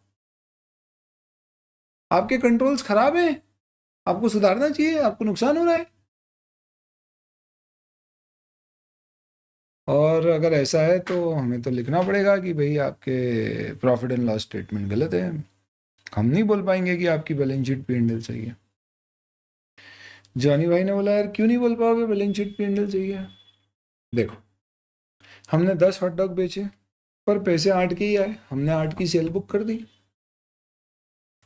ऑब्वियस सी बात है 10 हॉट डॉग का माल हमने खरीदा था, खर्चा पूरे का बुक हुआ, तो खर्चा पूरा बुक हो गया, सेल 8 की बुक हो गई, अपने आप हमारे प्रॉफिट थोड़े कम हो गए। तो हम गलत क्या कर रहे हैं भाई? अगर हम 10 हॉट डॉग बेचते, 10 के पैसे आते और 2 छुपा लेते कि हमारा एम्प्लॉय घर ले जाता, तो हम बोलते हैं कि भैया वो सेल हमें बुक करना चाहिए थी, नहीं करी तो हमने कुछ गलत किया। यहाँ पे तो हमारे पास जितना पैसा आ रहा है हम उतना ही पैसा जमा कर रहे हैं, उतना ही बुक्स में लिख रहे हैं, तो गलत क्या कर? हम बोला हाँ ठीक है पर आप ज़्यादा कमा सकते थे। उन्होंने बोला भाई ज़्यादा कमाने के लिए कल दिन आप बोल दो कि हॉट डॉग 30 की जगह 40 में बेचो तो भी बिकेगा, लोग खरीदेंगे। तो यार हमारा डिसीजन है, भाई हमको मालूम ही है चोरी होती है, इसलिए हम हॉट डॉग की प्राइस 20 रुपये रख रहे थे पहले तो, क्योंकि हमको तो 5 रुपये का ही पड़ता है। हम बोला चलो 20 की जगह 30 कर देते हैं, क्योंकि ऐसे भी चोरी तो होती है तो अपना एवरेज हो जाएगा। हमारी इच्छा, नॉर्मल लॉस है हमारे लिए, चलता है।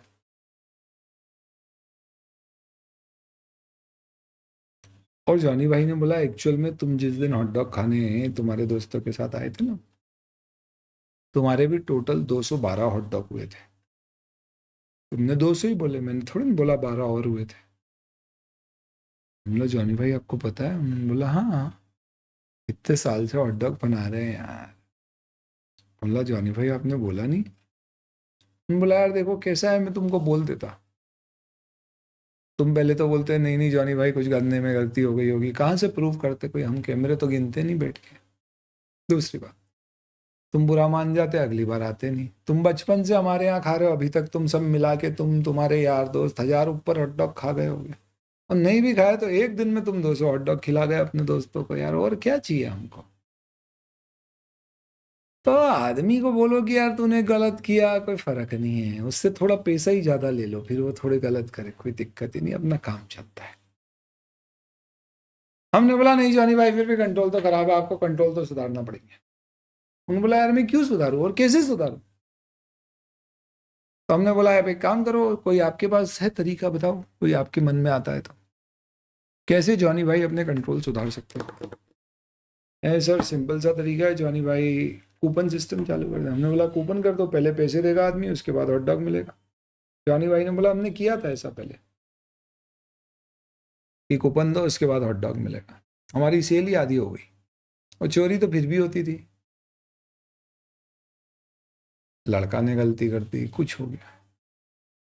उन्होंने बोला यार हमारे यहाँ आदमी माल खरीदने इसलिए नहीं आता क्योंकि हमारे हॉट डॉग का टेस्ट बहुत अच्छा है। तुम बताओ कि एक नंबर हॉट डॉग का टेस्ट है, इससे बेहतर टेस्ट नहीं मिल सकता। बात करते हो, ऐसा भी नहीं है सस्ता है। पास में वड़ा पाव बेचने वाला है, वो 20 रुपये में वड़ा पाव बेचता है, वो ज़्यादा मेहनत करके बनाता है, उसका खर्चा हमसे ज़्यादा है, फिर भी अपना माल ज़्यादा बिकता है। क्यों? क्योंकि क्या है, इंसान को किसी और के लिए रुकना पसंद नहीं है। देखो तुम ऑरेंज लाइट होती है सिग्नल पे, तो आदमी कैसे जान की बाजी दाव पे लगा के 1 मिनट के सिग्नल को बचा लेता है। और वही आदमी आगे जाके दोस्त मिल जाएगा तो उसके लिए 10 मिनट फालतू की गप्पे मार लेगा जिसका कोई मतलब नहीं है, जिसमें वो 5 मिनट मोदी जी पे भी चर्चा कर लेगा, जिससे ना मोदी जी को फर्क पड़ रहा है ना दुनिया को। पर उसको 1 मिनट सिग्नल पे रुकना स्वीकार नहीं था। तो आदमी आता है हमारे यहाँ तो क्यों आता है? क्यों? क्योंकि वो बोलता है जॉनी भाई 3 हॉट डॉग, और वो बोलता 30 सेकेंड में उसके हाथ में हॉट। हम यार जॉनी भाई बात तो सही बोल रहे हो आप। उन्होंने बोला यार यही तो बात है। तो अपन अपनी सेल थोड़ी ना कम करेंगे कि एक बार आदमी खड़ा रहे कूपन के लिए, फिर कूपन ले, फिर कूपन दे, फिर खड़ा रहे, फिर उसके बाद आज 30 सेकेंड में उसको हॉट डॉग मिल रहे हैं, उसको 2 मिनट 3 मिनट लग जाएंगे हॉट डॉग मिलने में। हमारे आदमी का, कस्टमर का आज क्या सोचता है यार, चलो यहाँ से निकल रहे हैं, काम करो, भूख लग रही है। भूख लगती है आदमी तो क्या बोलता है यार टाइम लगेगा ऑर्डर करने में, इसलिए कई बार आदमी खाता नहीं है। बोले जॉनी भाई के यहाँ टाइम नहीं लगता है, भूख लग रही है ना, चलो सबसे जल्दी यही देंगे, इसलिए चलता है। यार जॉनी भाई आपको मालूम है मैकडीज वाले ने पूरी बिजनेस चेन ही ऐसी बनाई। बोले क्या बात कर रहे हो? हमने बोला यार हम तो बहुत इम्प्रेस्ड है आपकी सोच से। क्यों? क्योंकि मैकडीज ने यही बोला कि जब आदमी गैस स्टेशन पे गैस भराता है तो खाली बैठे रहता है, तो अगर हम वहाँ पे बने बनाए बर्गर रख देंगे जो सिर्फ गर्म करके दे देंगे, क्योंकि वहाँ पे तो चूल्हा रख नहीं सकते, जला नहीं सकते, और जब तक वो गैस भराएगा हम बोलेंगे तेरा गैस जब तक तू भराएगा तब तक तेरा बर्गर रेडी है, जब फास्ट फूड का कंसेप्ट ही नहीं होता था। तो वो ले लेगा और बोलेगा चलो ऐसे ही यार लंबे लंबे रास्ते दूर दूर ट्रैवल करना है, खाते खाते जाएंगे। तो उसने रेडीमेड खाना रखना शुरू कर दिया। कहाँ पर? पेट्रोल पम्प्स, गैस स्टेशन पे। और उन्होंने बोला भाई जब तक आपका गैस भरा रहा है तब तक आपका ऑर्डर रेडी हो जाएगा। और उसकी भी यही टारगेट थी कि 30 सेकेंड से 1 मिनट के अंदर ऑर्डर रेडी होना चाहिए, बढ़िया गर्म करके दे देता, प्री पैक्ड बना हुआ था। चलने लग गया, इतना बड़ा हो गया, आज भी वर्ल्ड का नंबर 1 फूड चेन है। यही लॉजिक पर है। उन्होंने बोला यार देख ना, हमको हमारे हिसाब से करने दो, तुम उसमें नाक मत अड़ाओ। तुम ऑडिटर हो, तुम फाइनेंशियल स्टेटमेंट्स पे कमेंट करो, इंटरनल कंट्रोल पे कमेंट करना सही नहीं। तो सवाल ये उठा दोस्तों कि क्या एक ऑडिटर को इंटरनल कंट्रोल के लेवल पे जाना चाहिए? क्या ये उचित होगा? Are we really required to report, check और talk about the internal control? This is basically what my question is.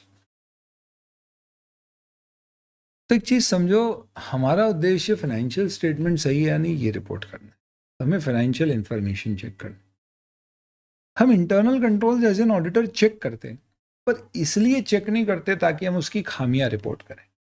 हम सिर्फ इसलिए चेक कर लेते हैं कि कंपनियों के कंट्रोल अच्छे होते हैं तो हमारा कॉन्फिडेंस आता है, कॉन्फिडेंस आता है तो फिर हम वहाँ पे चेकिंग कम करके भी ओपिनियन दे सकते हैं। जैसे आप एक चीज़ समझो, आप जॉनी भाई के हॉट डॉग की दुकान का अगर ऑडिट कर रहे हो तो आप नॉर्मली वहाँ पे खड़े रह के या उनके वाउचर बुक्स देख के सेल्स वगैरह चेक कर सकते हो और बता सकते हो फाइनेंशियल स्टेटमेंट सही है या नहीं है। पर समझो आपको मैकडीज का ऑडिट मिल गया, तो आप बताओ कि आप हर स्टोर पर जाके खड़े रह के चेक करोगे क्या सेल सही बुक हो रही है या नहीं? नहीं। वहाँ पे फिर आप देखोगे कि यार मैकडीज के सेल्स के क्या कंट्रोल है, क्या सिस्टम है। आप देखोगे सारे कंट्रोल सिस्टम्स क्या हैं कि कोई भी आदमी अगर ऑर्डर देता है तो उसमें हाथों हाथ पहले क्या होता है, पंच होता है, पंच होके उसकी स्लिप निकलती है, और वो जो मशीन में पंच करते हैं, हमको ये हमेशा सोचने में आता था कि यार ये अकाउंटिंग कैसे करते होंगे, क्या सीधे इनसे ये टैली या ऐसे कोई अकाउंटिंग सॉफ्टवेयर में एंट्री होती है? तो हमने उनका सिस्टम समझा कि भाई जो भी हमारे मशीन से, उन मशीन में जो भी पंचिंग होती है, जैसे ही दिन खत्म होता है उसका पूरा एक रिकॉर्ड का डंप निकाला जाता है और वो डंप दे दिया जाता है हमारे अकाउंट्स डिपार्टमेंट को। वो अकाउंट्स डिपार्टमेंट हमारे अकाउंटिंग सॉफ्टवेयर में उसे अपलोड करता है, वो एज इट इज अपलोड हो जाता है और उसके बेसिस पर दिन भर में जितना माल बिका पूरे की सेल बुक हो जाती है।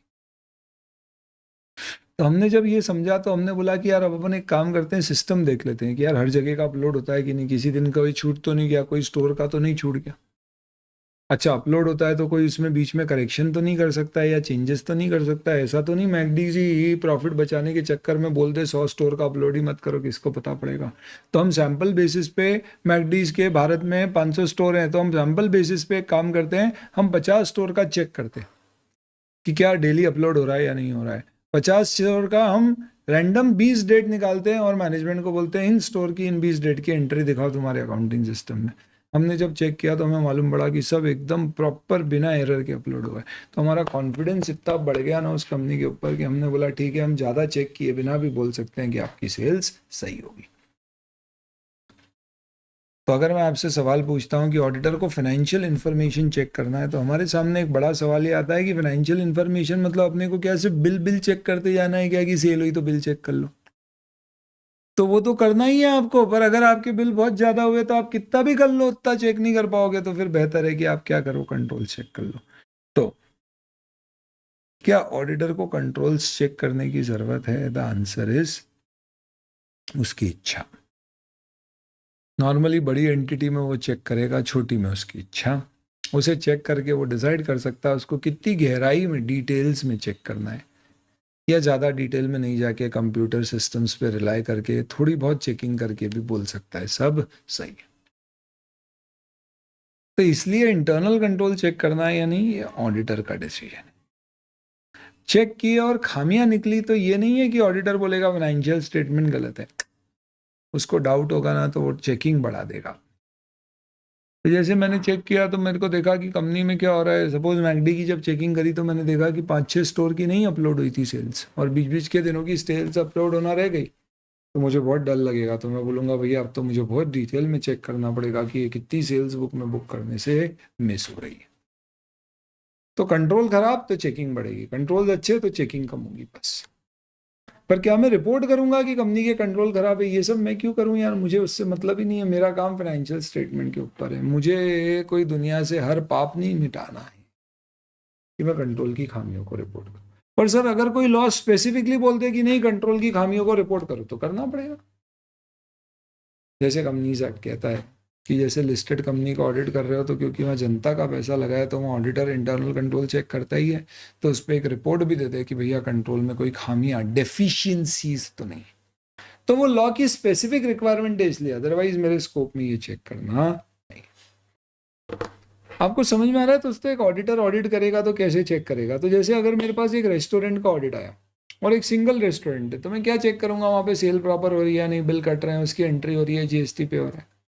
और उसकी एक चेन ऑफ रेस्टोरेंट है तो फिर मैं वहाँ सिस्टम चेक करूँगा कि भैया कंप्यूटर में कैसे एंट्री डलती है, कैसे सेल्स बुक होती है, और उस पर कॉन्फिडेंस आ गया तो चेकिंग।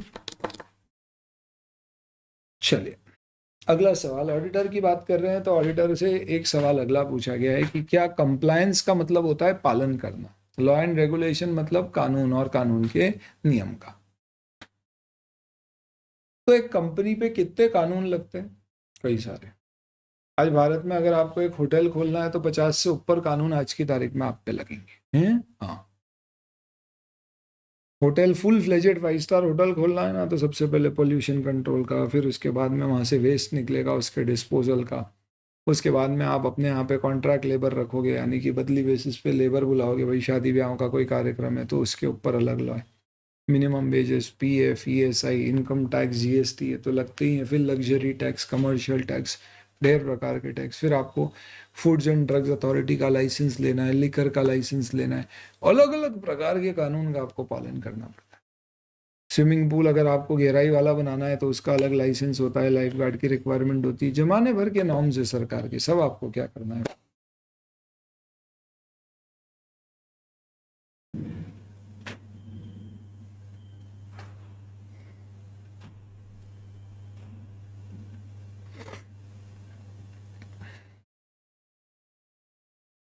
तो ऐसे ही हम एक ऑडिट पर गए। और आप बताइए दोस्तों, ऑडिट की शुरुआत कहाँ से होती है? सबसे पहले आप ऑडिट में कहाँ से शुरू करोगे? सर चाय। बहुत बढ़िया बेटा। हमने बोला यार क्लाइंट को, सर चाय पिला दो। बढ़िया, चाय से शुरू करेंगे। दिन का टाइम थोड़ी सुस्ती आ रही, चाय से बढ़िया हो जाए। तो हम ऑडिट करने गए एक दिन और हमने बोला कि यार चाय बुलवाई जाए। मैनेजमेंट ने चाय बुलवाई और चाय ये छोटू लेकर आया।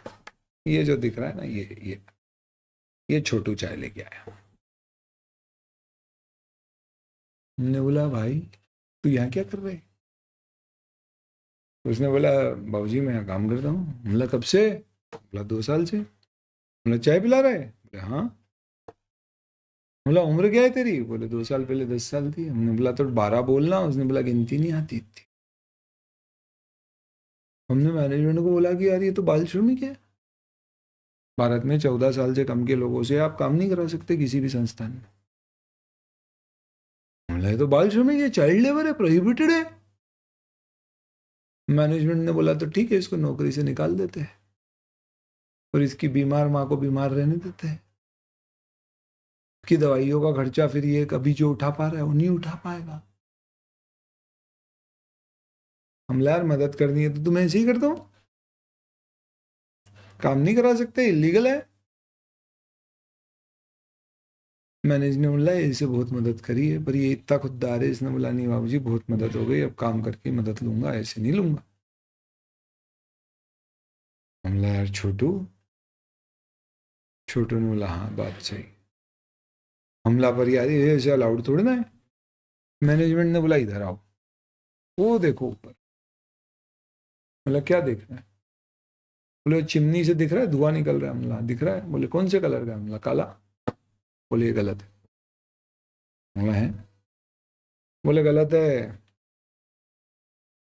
नियम के अनुसार चिमनी से काला धुआं निकलता है तो ये गलत है। पॉल्यूशन कंट्रोल बोर्ड आके फैक्ट्री बंद कर सकती है हमारी। हमला है पर ये तो इतनी सारी फैक्ट्रियां आसपास सभी से निकलता हुआ दिख रहा है हमें। वो तो वही तो बात बोल रहे हैं आप।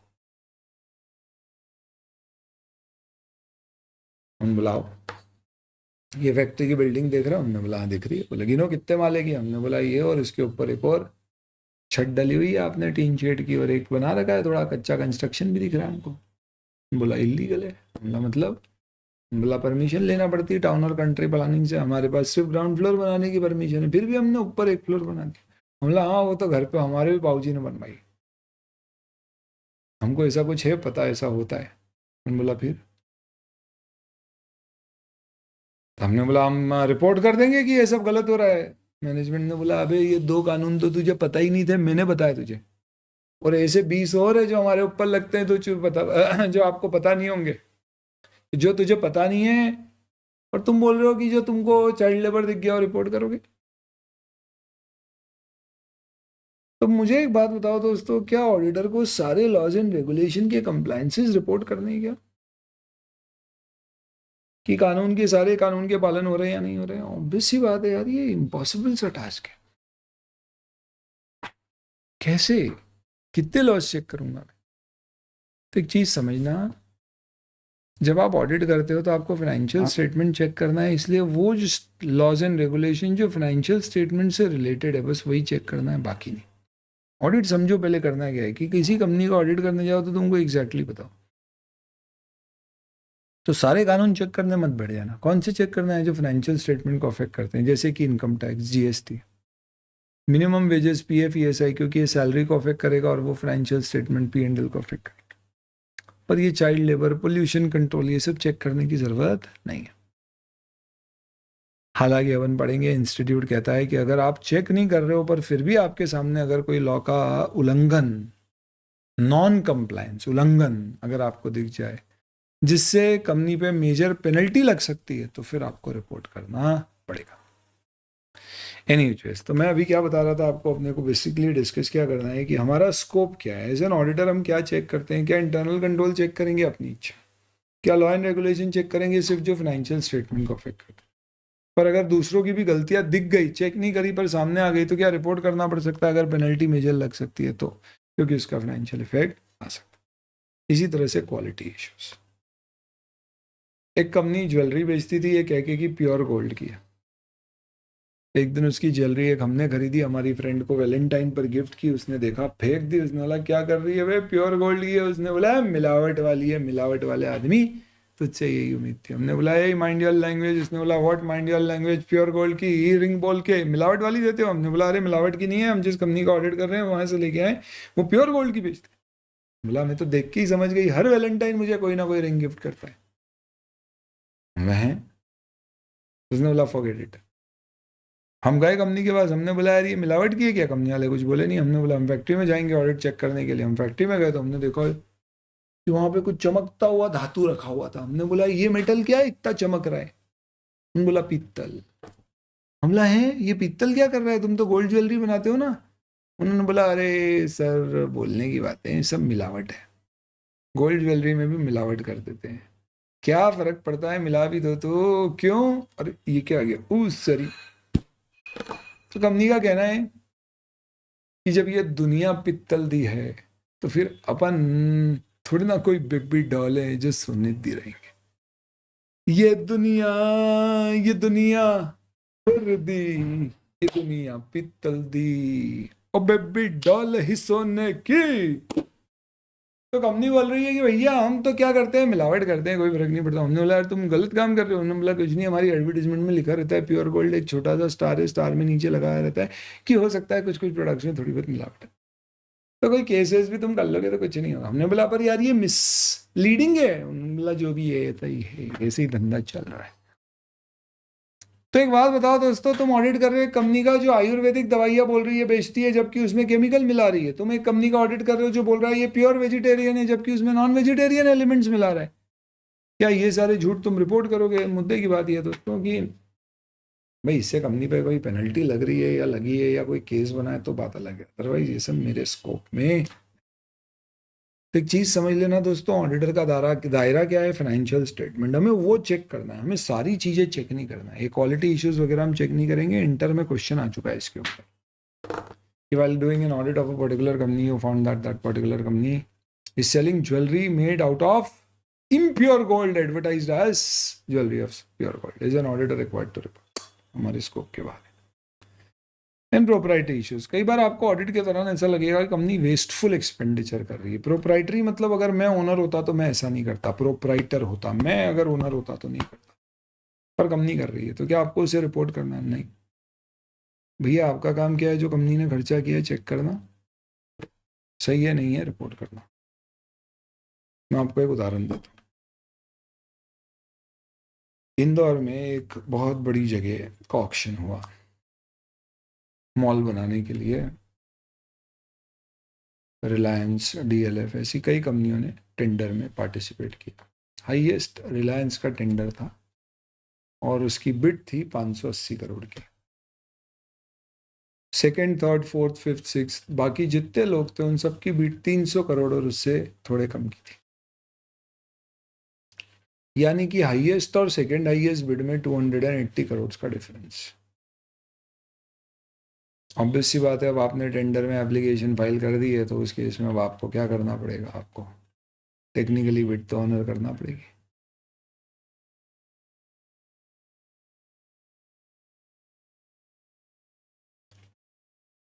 देखो कंपनी को नुकसान हुआ क्या। तुम खुद सोचो, कंपनी के एम्प्लॉय ने कैसी बेवकूफ़ी कर दी। माना कि अपने को नहीं पता था दूसरे क्या देते, पर आपको मार्केट का अंदाजा तो लेना चाहिए था कि कंपटीशन कहाँ तक जाएगा। अगर आप 301 करोड़ में टेंडर भरते, लक्की होते आप, 301 ही भरते तो भी आपको मिल जाता। आपने 580 दिए, यानी कि आपने एक ज़मीन खरीदने के लिए क्या किया, डबल पैसे दे दिए जितने बनते थे, ऑलमोस्ट पूरे नहीं तो।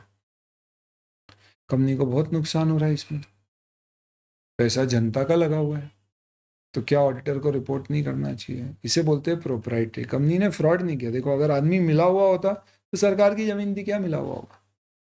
मिला हुआ होता तो बात अलग होती, पर उसने कोई मिला हुआ नहीं था, बस उससे गलती हो गई। तो इससे बहुत नुकसान हो रहा है कंपनी के शेयर होल्डर के पैसे के। पर क्या ऐसे मैटर में रिपोर्ट करूंगा तो ऑडिटर इन सब चीज़ों में नहीं जाता है भैया, कि भैया बिजली बंद होना चाहिए थी, चालू रहती है आपके यहाँ, बहुत बिजली का खर्चा। ये इस तरह की चीज़ें ऑडिटर नहीं बोलता है, हमारे स्कोप से बाहर है। हमें क्या चेक करना है, खर्चा हुआ है, बिल है, ऑथराइज्ड है, अप्रूव्ड है, पर्सनल तो नहीं है, खत्म। अब कम हो सकता था, सस्ते में ले सकते थे, ये सब नहीं सोचना है आपको। तो हमारा दायरा सीमित है, फाइनेंशियल इंफॉर्मेशन। और ये चेक करके हम क्या बनाते हैं बेटा, इससे हम बेसिकली बनाते हैं एक ओपिनियन। ओपिनियन का डिस्कशन थोड़ा सा लंबा चौड़ा है, उसको बाद में डिस्कस करें। तो ये सब करके then what we do is we create an opinion. What is this particular opinion? The opinion basically is कि financial statement true and fair view देते हैं या नहीं, वो ट्रू एंड फेयर व्यू की क्या कहानी है वो अपन आगे डिस्कस करेंगे। तब आप समझिए दोस्तों कि now what we are talking about. तो ये जो मैंने आपको अभी बताया, इसको अगर मैं आपको बस दो चार्ट से बताऊं तो ये डेफिनेशन है। और इस डेफिनेशन को अब आप याद करने की कोशिश करोगे तो आप कैसे शायद याद भी रख पाओगे। ऑब्वियस सी बात है, अपन अभी इसको डिस्कस करेंगे। आज तो सिर्फ एक इंट्रोडक्शन था कि ऑडिट क्या है, एक इंडिपेंडेंट, क्या है, एक इंडिपेंडेंट एग्जामिनेशन। किसका? Financial information. किसका? एक एंटिटी का। अच्छा, ऐसा नहीं है कि ऑडिट सिर्फ प्रॉफिट मेकिंग एंटिटी का होता है। मंदिरों को भी ऑडिट कराना है, क्योंकि वहाँ पे भी पैसा किसी और का रखा है और ट्रस्टी कोई और है, और उसको मैनेज करने वाले गवर्निंग बॉडीज या मैनेजमेंट के लोग कोई और है। So it can be of any entity, profit oriented or not, of any nature or size, बड़ी या छोटी, बैंक या नॉन बैंकिंग कंपनीज, मैन्युफैक्चरिंग या सर्विस, कोई भी नेचर का बिजनेस हो, कोई भी साइज हो, प्रॉफिट हो या नहीं हो, सबका हो सकता है ये। पर किसका ऑडिट है? तो audit is an independent examination of financial information of an entity, weather profit oriented और not, irrespective of its nature or size of business, which is conducted when such an examination is conducted with a view to form and express an opinion thereon. तो opinion क्या होता है वो discuss करेंगे, but ये basic आपको क्या समझ में आ गया? This is basically your definition of. ये चार्ट्स हैं, अपन इसको ब्रह्मांड से कवर करेंगे, ये तो ब्रीफ में बताएंगे। एनीवे, अब इसके ऊपर अगर आप देखेंगे तो what we also have is, जैसे अब मैं आपको एक एक करके सारी चीज़ें जो हम डिस्कस कर रहे थे वो बता देता हूँ।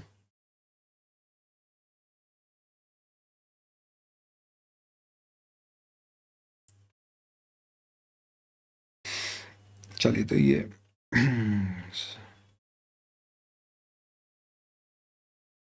डिस्कशन पे आ जाते हैं।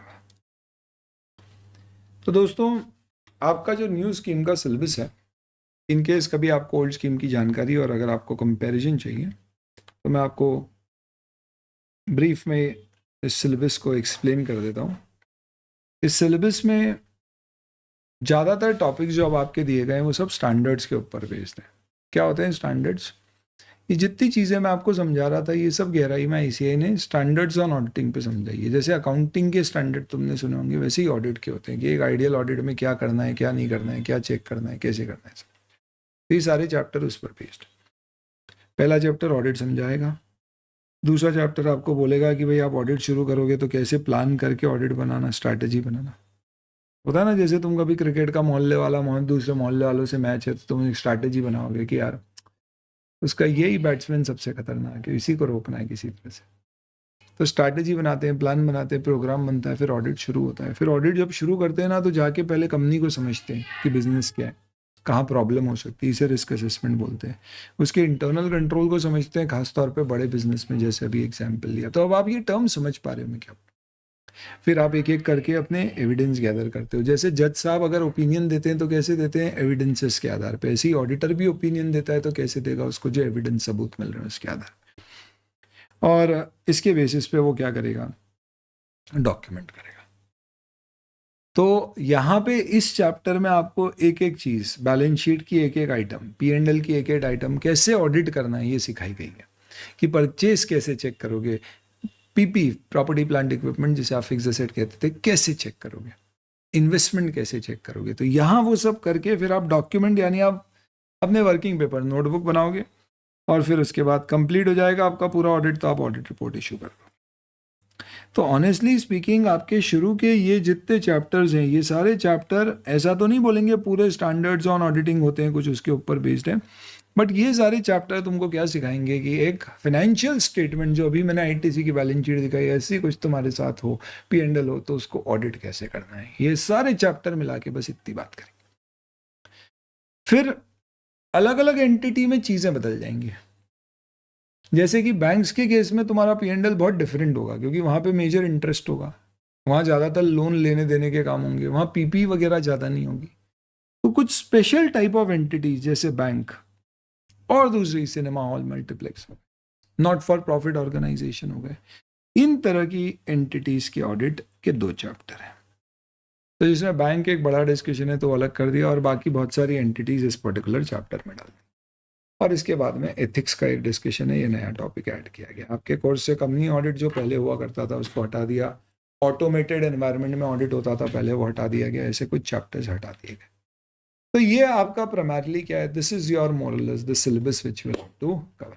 कैसे हम कवर करेंगे सर इसको, आ जाओ।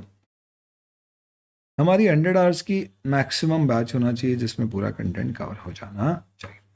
हमारा एक सेशन रफली 1 hour 30 minutes to 1 hour 45 minutes के बीच का होगा, और उस तरह से हम क्या करेंगे, we are going to cover up.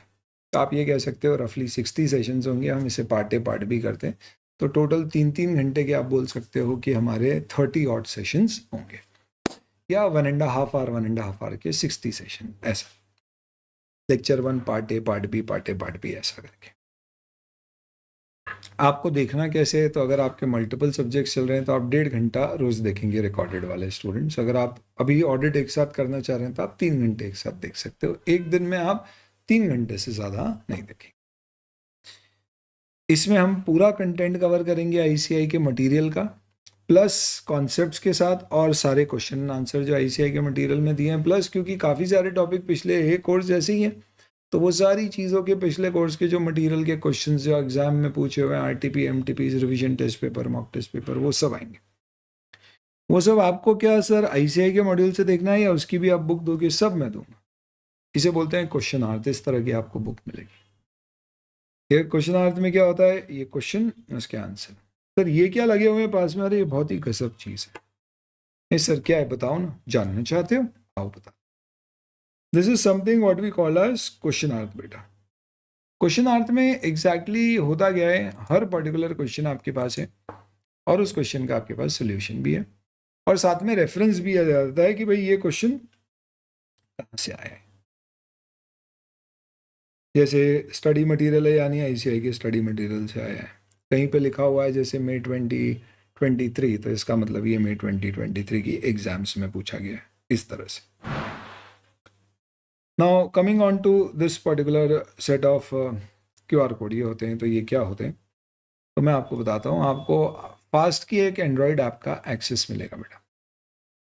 ये ऐप कुछ इस तरह की है आपकी, आप देखेंगे इसमें।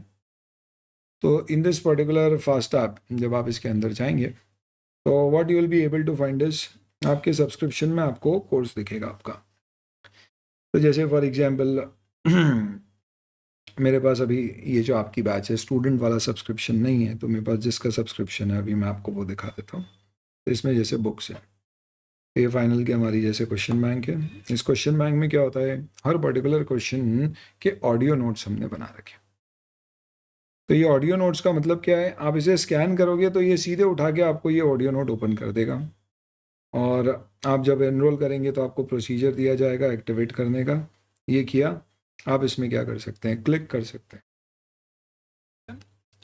Usually, such questions are only asked in the exam when such topics are for the first time introduced, as it was done in 2016. It has two parts. ऐसे हर क्वेश्चन की आपको कमेंट्री मिलेगी, अभी अपडेट हो रहे हैं, धीरे धीरे बढ़ते जाएंगे, रेडी होते जाएंगे। इससे क्या फ़ायदा है, जब आप एग्जाम से पहले भी कोई भी क्वेश्चन को देख रहे हैं तो इन सारे क्वेश्चंस को आपको क्या करना है, किसी में भी डाउट आए तो आपको पूछने की ज़रूरत ही नहीं है, आप सीधे यहाँ से ऑडियो नोट सुन लो, 99% आपका डाउट क्या होगा रिजॉल्व हो जाएगा। प्लस ये बुक आपके पास प्रिंटेड रहेगी, तो ये फीचर है स्कैन QR का, आप इसे स्कैन QR करिए और ये यहाँ पे ऐसे इस तरह से एक्सेस कर दीजिए, तो ये क्या करेगा, सीधे क्वेश्चन उठा के दे देगा। हालांकि अभी क्योंकि मेरे पास एक्सेस नहीं है तो वो इसको क्या नहीं दिखाएगा, मुझे इसको एक्सेस करने नहीं देगा, बट एज सच आपके पास एक्सेस अवेलेबल हो जाएगा तो आप इसे देख पाओगे। यही नहीं, आपके जितने भी क्वेश्चंस हैं, इन क्वेश्चंस में आपने लेट्स से फॉर एग्जांपल किसी का ऑडियो सुना और आपको उसके ऊपर कोई क्वेश्चन मुझसे पूछना है, तो आप क्या कर सकते हो, सिंपली आपने उस ऑडियो को ओपन किया और उसी के नीचे आपको टैब मिलेगा जिसमें आपको क्वेश्चंस पूछने की फैसिलिटी मिलेगी। चलिए, कुछ नेटवर्क रीसेट हो गया, तो आप यहीं पर क्या कर सकते हो, you can basically also ask a question on it. क्या मतलब क्वेश्चन पूछ सकते हैं, यहीं पर आपको ऑप्शन दिया गया है क्वेश्चन पुटअप करने का, जो सीधे बैकएंड पर आ जाएगा। तो जैसे ये क्वेश्चन है, आपको यहाँ पे क्वेरी रेज करना है, आप ऐड अ क्वेरी पे जाइए, आप यहाँ प्लस करिए, आपकी जो भी क्वेरी है टाइप कर दीजिए, सेंड कर दीजिए, आपको बैकएंड से आंसर आ जाएगा। हमें लगता है कोई क्वेरी बहुत सारे स्टूडेंट्स के लिए इंपॉर्टेंट होती है तो ये क्वेरी फॉर्म में होती है। तो जैसे ये क्वेरी है, दिस इज़ माई क्वेरी, एक मैंने ऐसे रैंडम क्वेरी डाली थी दिखाने के लिए, तो ऐसी कोई भी अच्छी क्वेरी होएगी तो हम यहाँ डाल देंगे, किसी दूसरे स्टूडेंट ने पूछी तो आप इसको क्या कर सकते हो, ये आपके लिए एक बहुत बड़ी फीचर हो गया क्या, कि आप बढ़िया इस क्वेरी को यूज़ कर सकते हो for the purpose of what,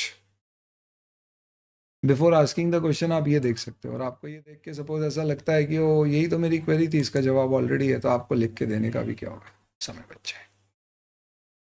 चलिए, तो ये आपकी क्वेश्चन बैंक में ऐसे सारे क्वेश्चन मिल जाएंगे, अपन क्लास में भी सॉल्व करेंगे, प्लस आपके पास बैकअप में भी रहेंगे। कई बार रिपीटेटिव क्वेश्चन होते हैं तो क्लास में सॉल्व ना भी, बट मेजॉरिटी हम क्लास में कवर कर लेंगे। तो आपको बुक टोटल कितनी मिलेगी, एक आपकी डिटेल बुक होगी जिससे क्लास में पढ़ेंगे, उसके साथ में ही हम क्वेश्चन आंसर MCQ बुक में MCQs सॉल्व करेंगे, जो आके आपके सिलेबस में MCQs आते हैं, और फिर ड्रोन चार्ट्स होंगे जो मैंने भी आपको बताया, जिसमें समरीज होती हैं जो बहुत ईजी कर देती है रिविजन को। पेपर 30 मार्क के MCQ आते हैं, 70 मार्क के डिस्क्रिप्टिव आते हैं। अभी तक का अगर आप पास्ट पेपर पैटर्न देखोगे तो इंस्टीट्यूट क्या करता था, 2-2 मार्क के आपसे कुछ क्वेश्चंस पूछते हैं। तो नॉर्मली क्या होता था, 2-2 मार्क के 8 क्वेश्चंस पूछे जाते थे जो ऑब्जेक्टिव टाइप होते थे, जिसमें 2 में से 2 आप स्कोर कर सकते हो, 16 मार्क। और इसके अलावा फिर आपका जो बाकी का पेपर होता था, उस बाकी के पेपर में 2 मार्क के इसमें से आपको अटेम्प्ट 7 ही करना होते थे, एक ऑप्शन में जाता था, तो 14 मार्क्स का आता था। ये जो ओल्ड कोर्स में होता था, वो आगे भी यही रहेगा नहीं, पता नहीं, पर शायद यही रहेगा। तो ये क्वेश्चन नंबर 1 होता था, और उसके बाद में फिर क्वेश्चन 2 टू क्वेश्चन 6 आते थे। ये जितने भी क्वेश्चंस होते थे, इनके अंदर 3 पार्ट होते थे, A, B और C। ये होते थे 5-5-4 मार्क के। कभी ऐसा भी होता था कि 4 पार्ट हो जाते थे, 3-3 2-2 के, सॉरी आई मीन 14 मार्क्स का है तो वो कैसे भी ब्रेकअप कर दें, एज इन 5-5 2-2 5-3-3, इस तरह से 4 करके कुछ भी कर दें। और आपको 2 to 6 यानी टोटल कितने क्वेश्चन है आपके पास, 5 क्वेश्चन, इनमें से कोई भी 4 क्वेश्चन अटेम्प्ट करना होते थे, यानी एक ऑप्शनल आता था। तो 14 plus 4 question of 14, total 70 marks का डिस्क्रिप्टिव पेपर आपका आता है। 3 घंटे में आपको पेपर डिस्क्रिप्टिव फॉर्म में पूरा लिखना होता था, ऑब्जेक्टिव ऐसा ही गोले बनाने वाला जैसा आप फाउंडेशन में देखते थे। टोटल 3 आवर्स आपको इसके लिए मिलते हैं। इसके लिए हम क्या करेंगे, तो क्लास में टोटल ड्यूरेशन में हमारे 5 टेस्ट होंगे। आप यूँ समझ लो कि अगर हमारे let's say for example 1.5 hours के 60 लेक्चर्स हैं रफली, तो इसका मतलब क्या होएगा, almost after every 10 to 15 lectures we'll have 1 test जिसमें पुराना टॉपिक है। अगले टेस्ट में फिर अगले 15 दिन का आएगा, और पूरा कोर्स होने के बाद पूरे टॉपिक्स का एक टेस्ट होगा। हर टेस्ट के पेपर आपको इवैल्यूएट विद फीडबैक, आपको रिस्पॉन्स मिलेंगे एक एक क्वेश्चन पे कि इसमें ये गलत लिखा, इसमें ये सही लिखा। एक एक इंडिविजुअल स्टूडेंट को फीडबैक मिलेगा, हाँ, रिकॉर्डेड लाइव लेक्चर्स सबके बच्चों को। मेरे बारे में तो मैं एडवांस अकाउंट्स और ऑडिट दोनों सब्जेक्ट्स इंटरमीडिएट पे लेता हूँ, यानी 600 में से 200 मार्क मेरे हवाले कर दो। एंड फाइनल में again I take 2 subjects, financial reporting and audit, तो स्ट्रेट फॉरवर्ड। सिंपल सा सिस्टम है अकाउंट्स और ऑडिट। सीए को इन दो चीज़ों का एक्सपर्ट माना जाता है, इसलिए अपन ने ये दो ही सब्जेक्ट हाथ में रखे। मैंने खुद 2003 में चार्टर्ड अकाउंटेंसी क्लियर किया था, ऑल इंडिया 46 रैंक थी सीए फाइनल्स में, फर्स्ट अटेम्प्ट में सब कुछ क्लियर किया। आईटीसी में इंटरनल ऑडिट अकाउंट्स डिपार्टमेंट में था 3 साल तक, बहुत कुछ ऑडिट सीखा समझा, अकाउंटिंग स्टैंडर्ड्स बहुत अप्लाई करे वहाँ। फिर उसके बाद हमने 2006 से फास्ट शुरू किया। पिछले 16-17 साल का मेरा टीचिंग एक्सपीरियंस है, जिसमें मैं यही सब्जेक्ट इतने सालों से पढ़ा रहा हूँ।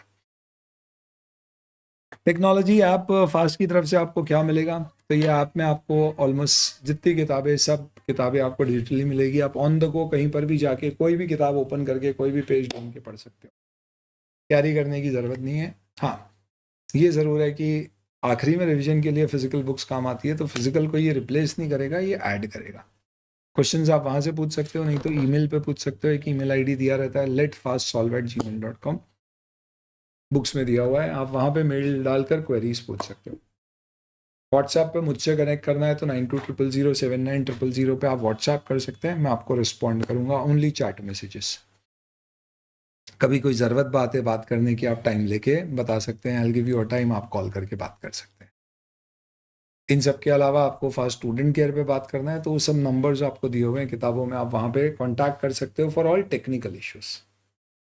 faststudentcare@gmail.com पे बाकी सारे मुद्दे, सब्जेक्ट से रिलेटेड कोई क्वेरी है तो letfastsolve@gmail.com लिखा हुआ है सब किताबों में, आपको वहाँ पे दिख जाएगा।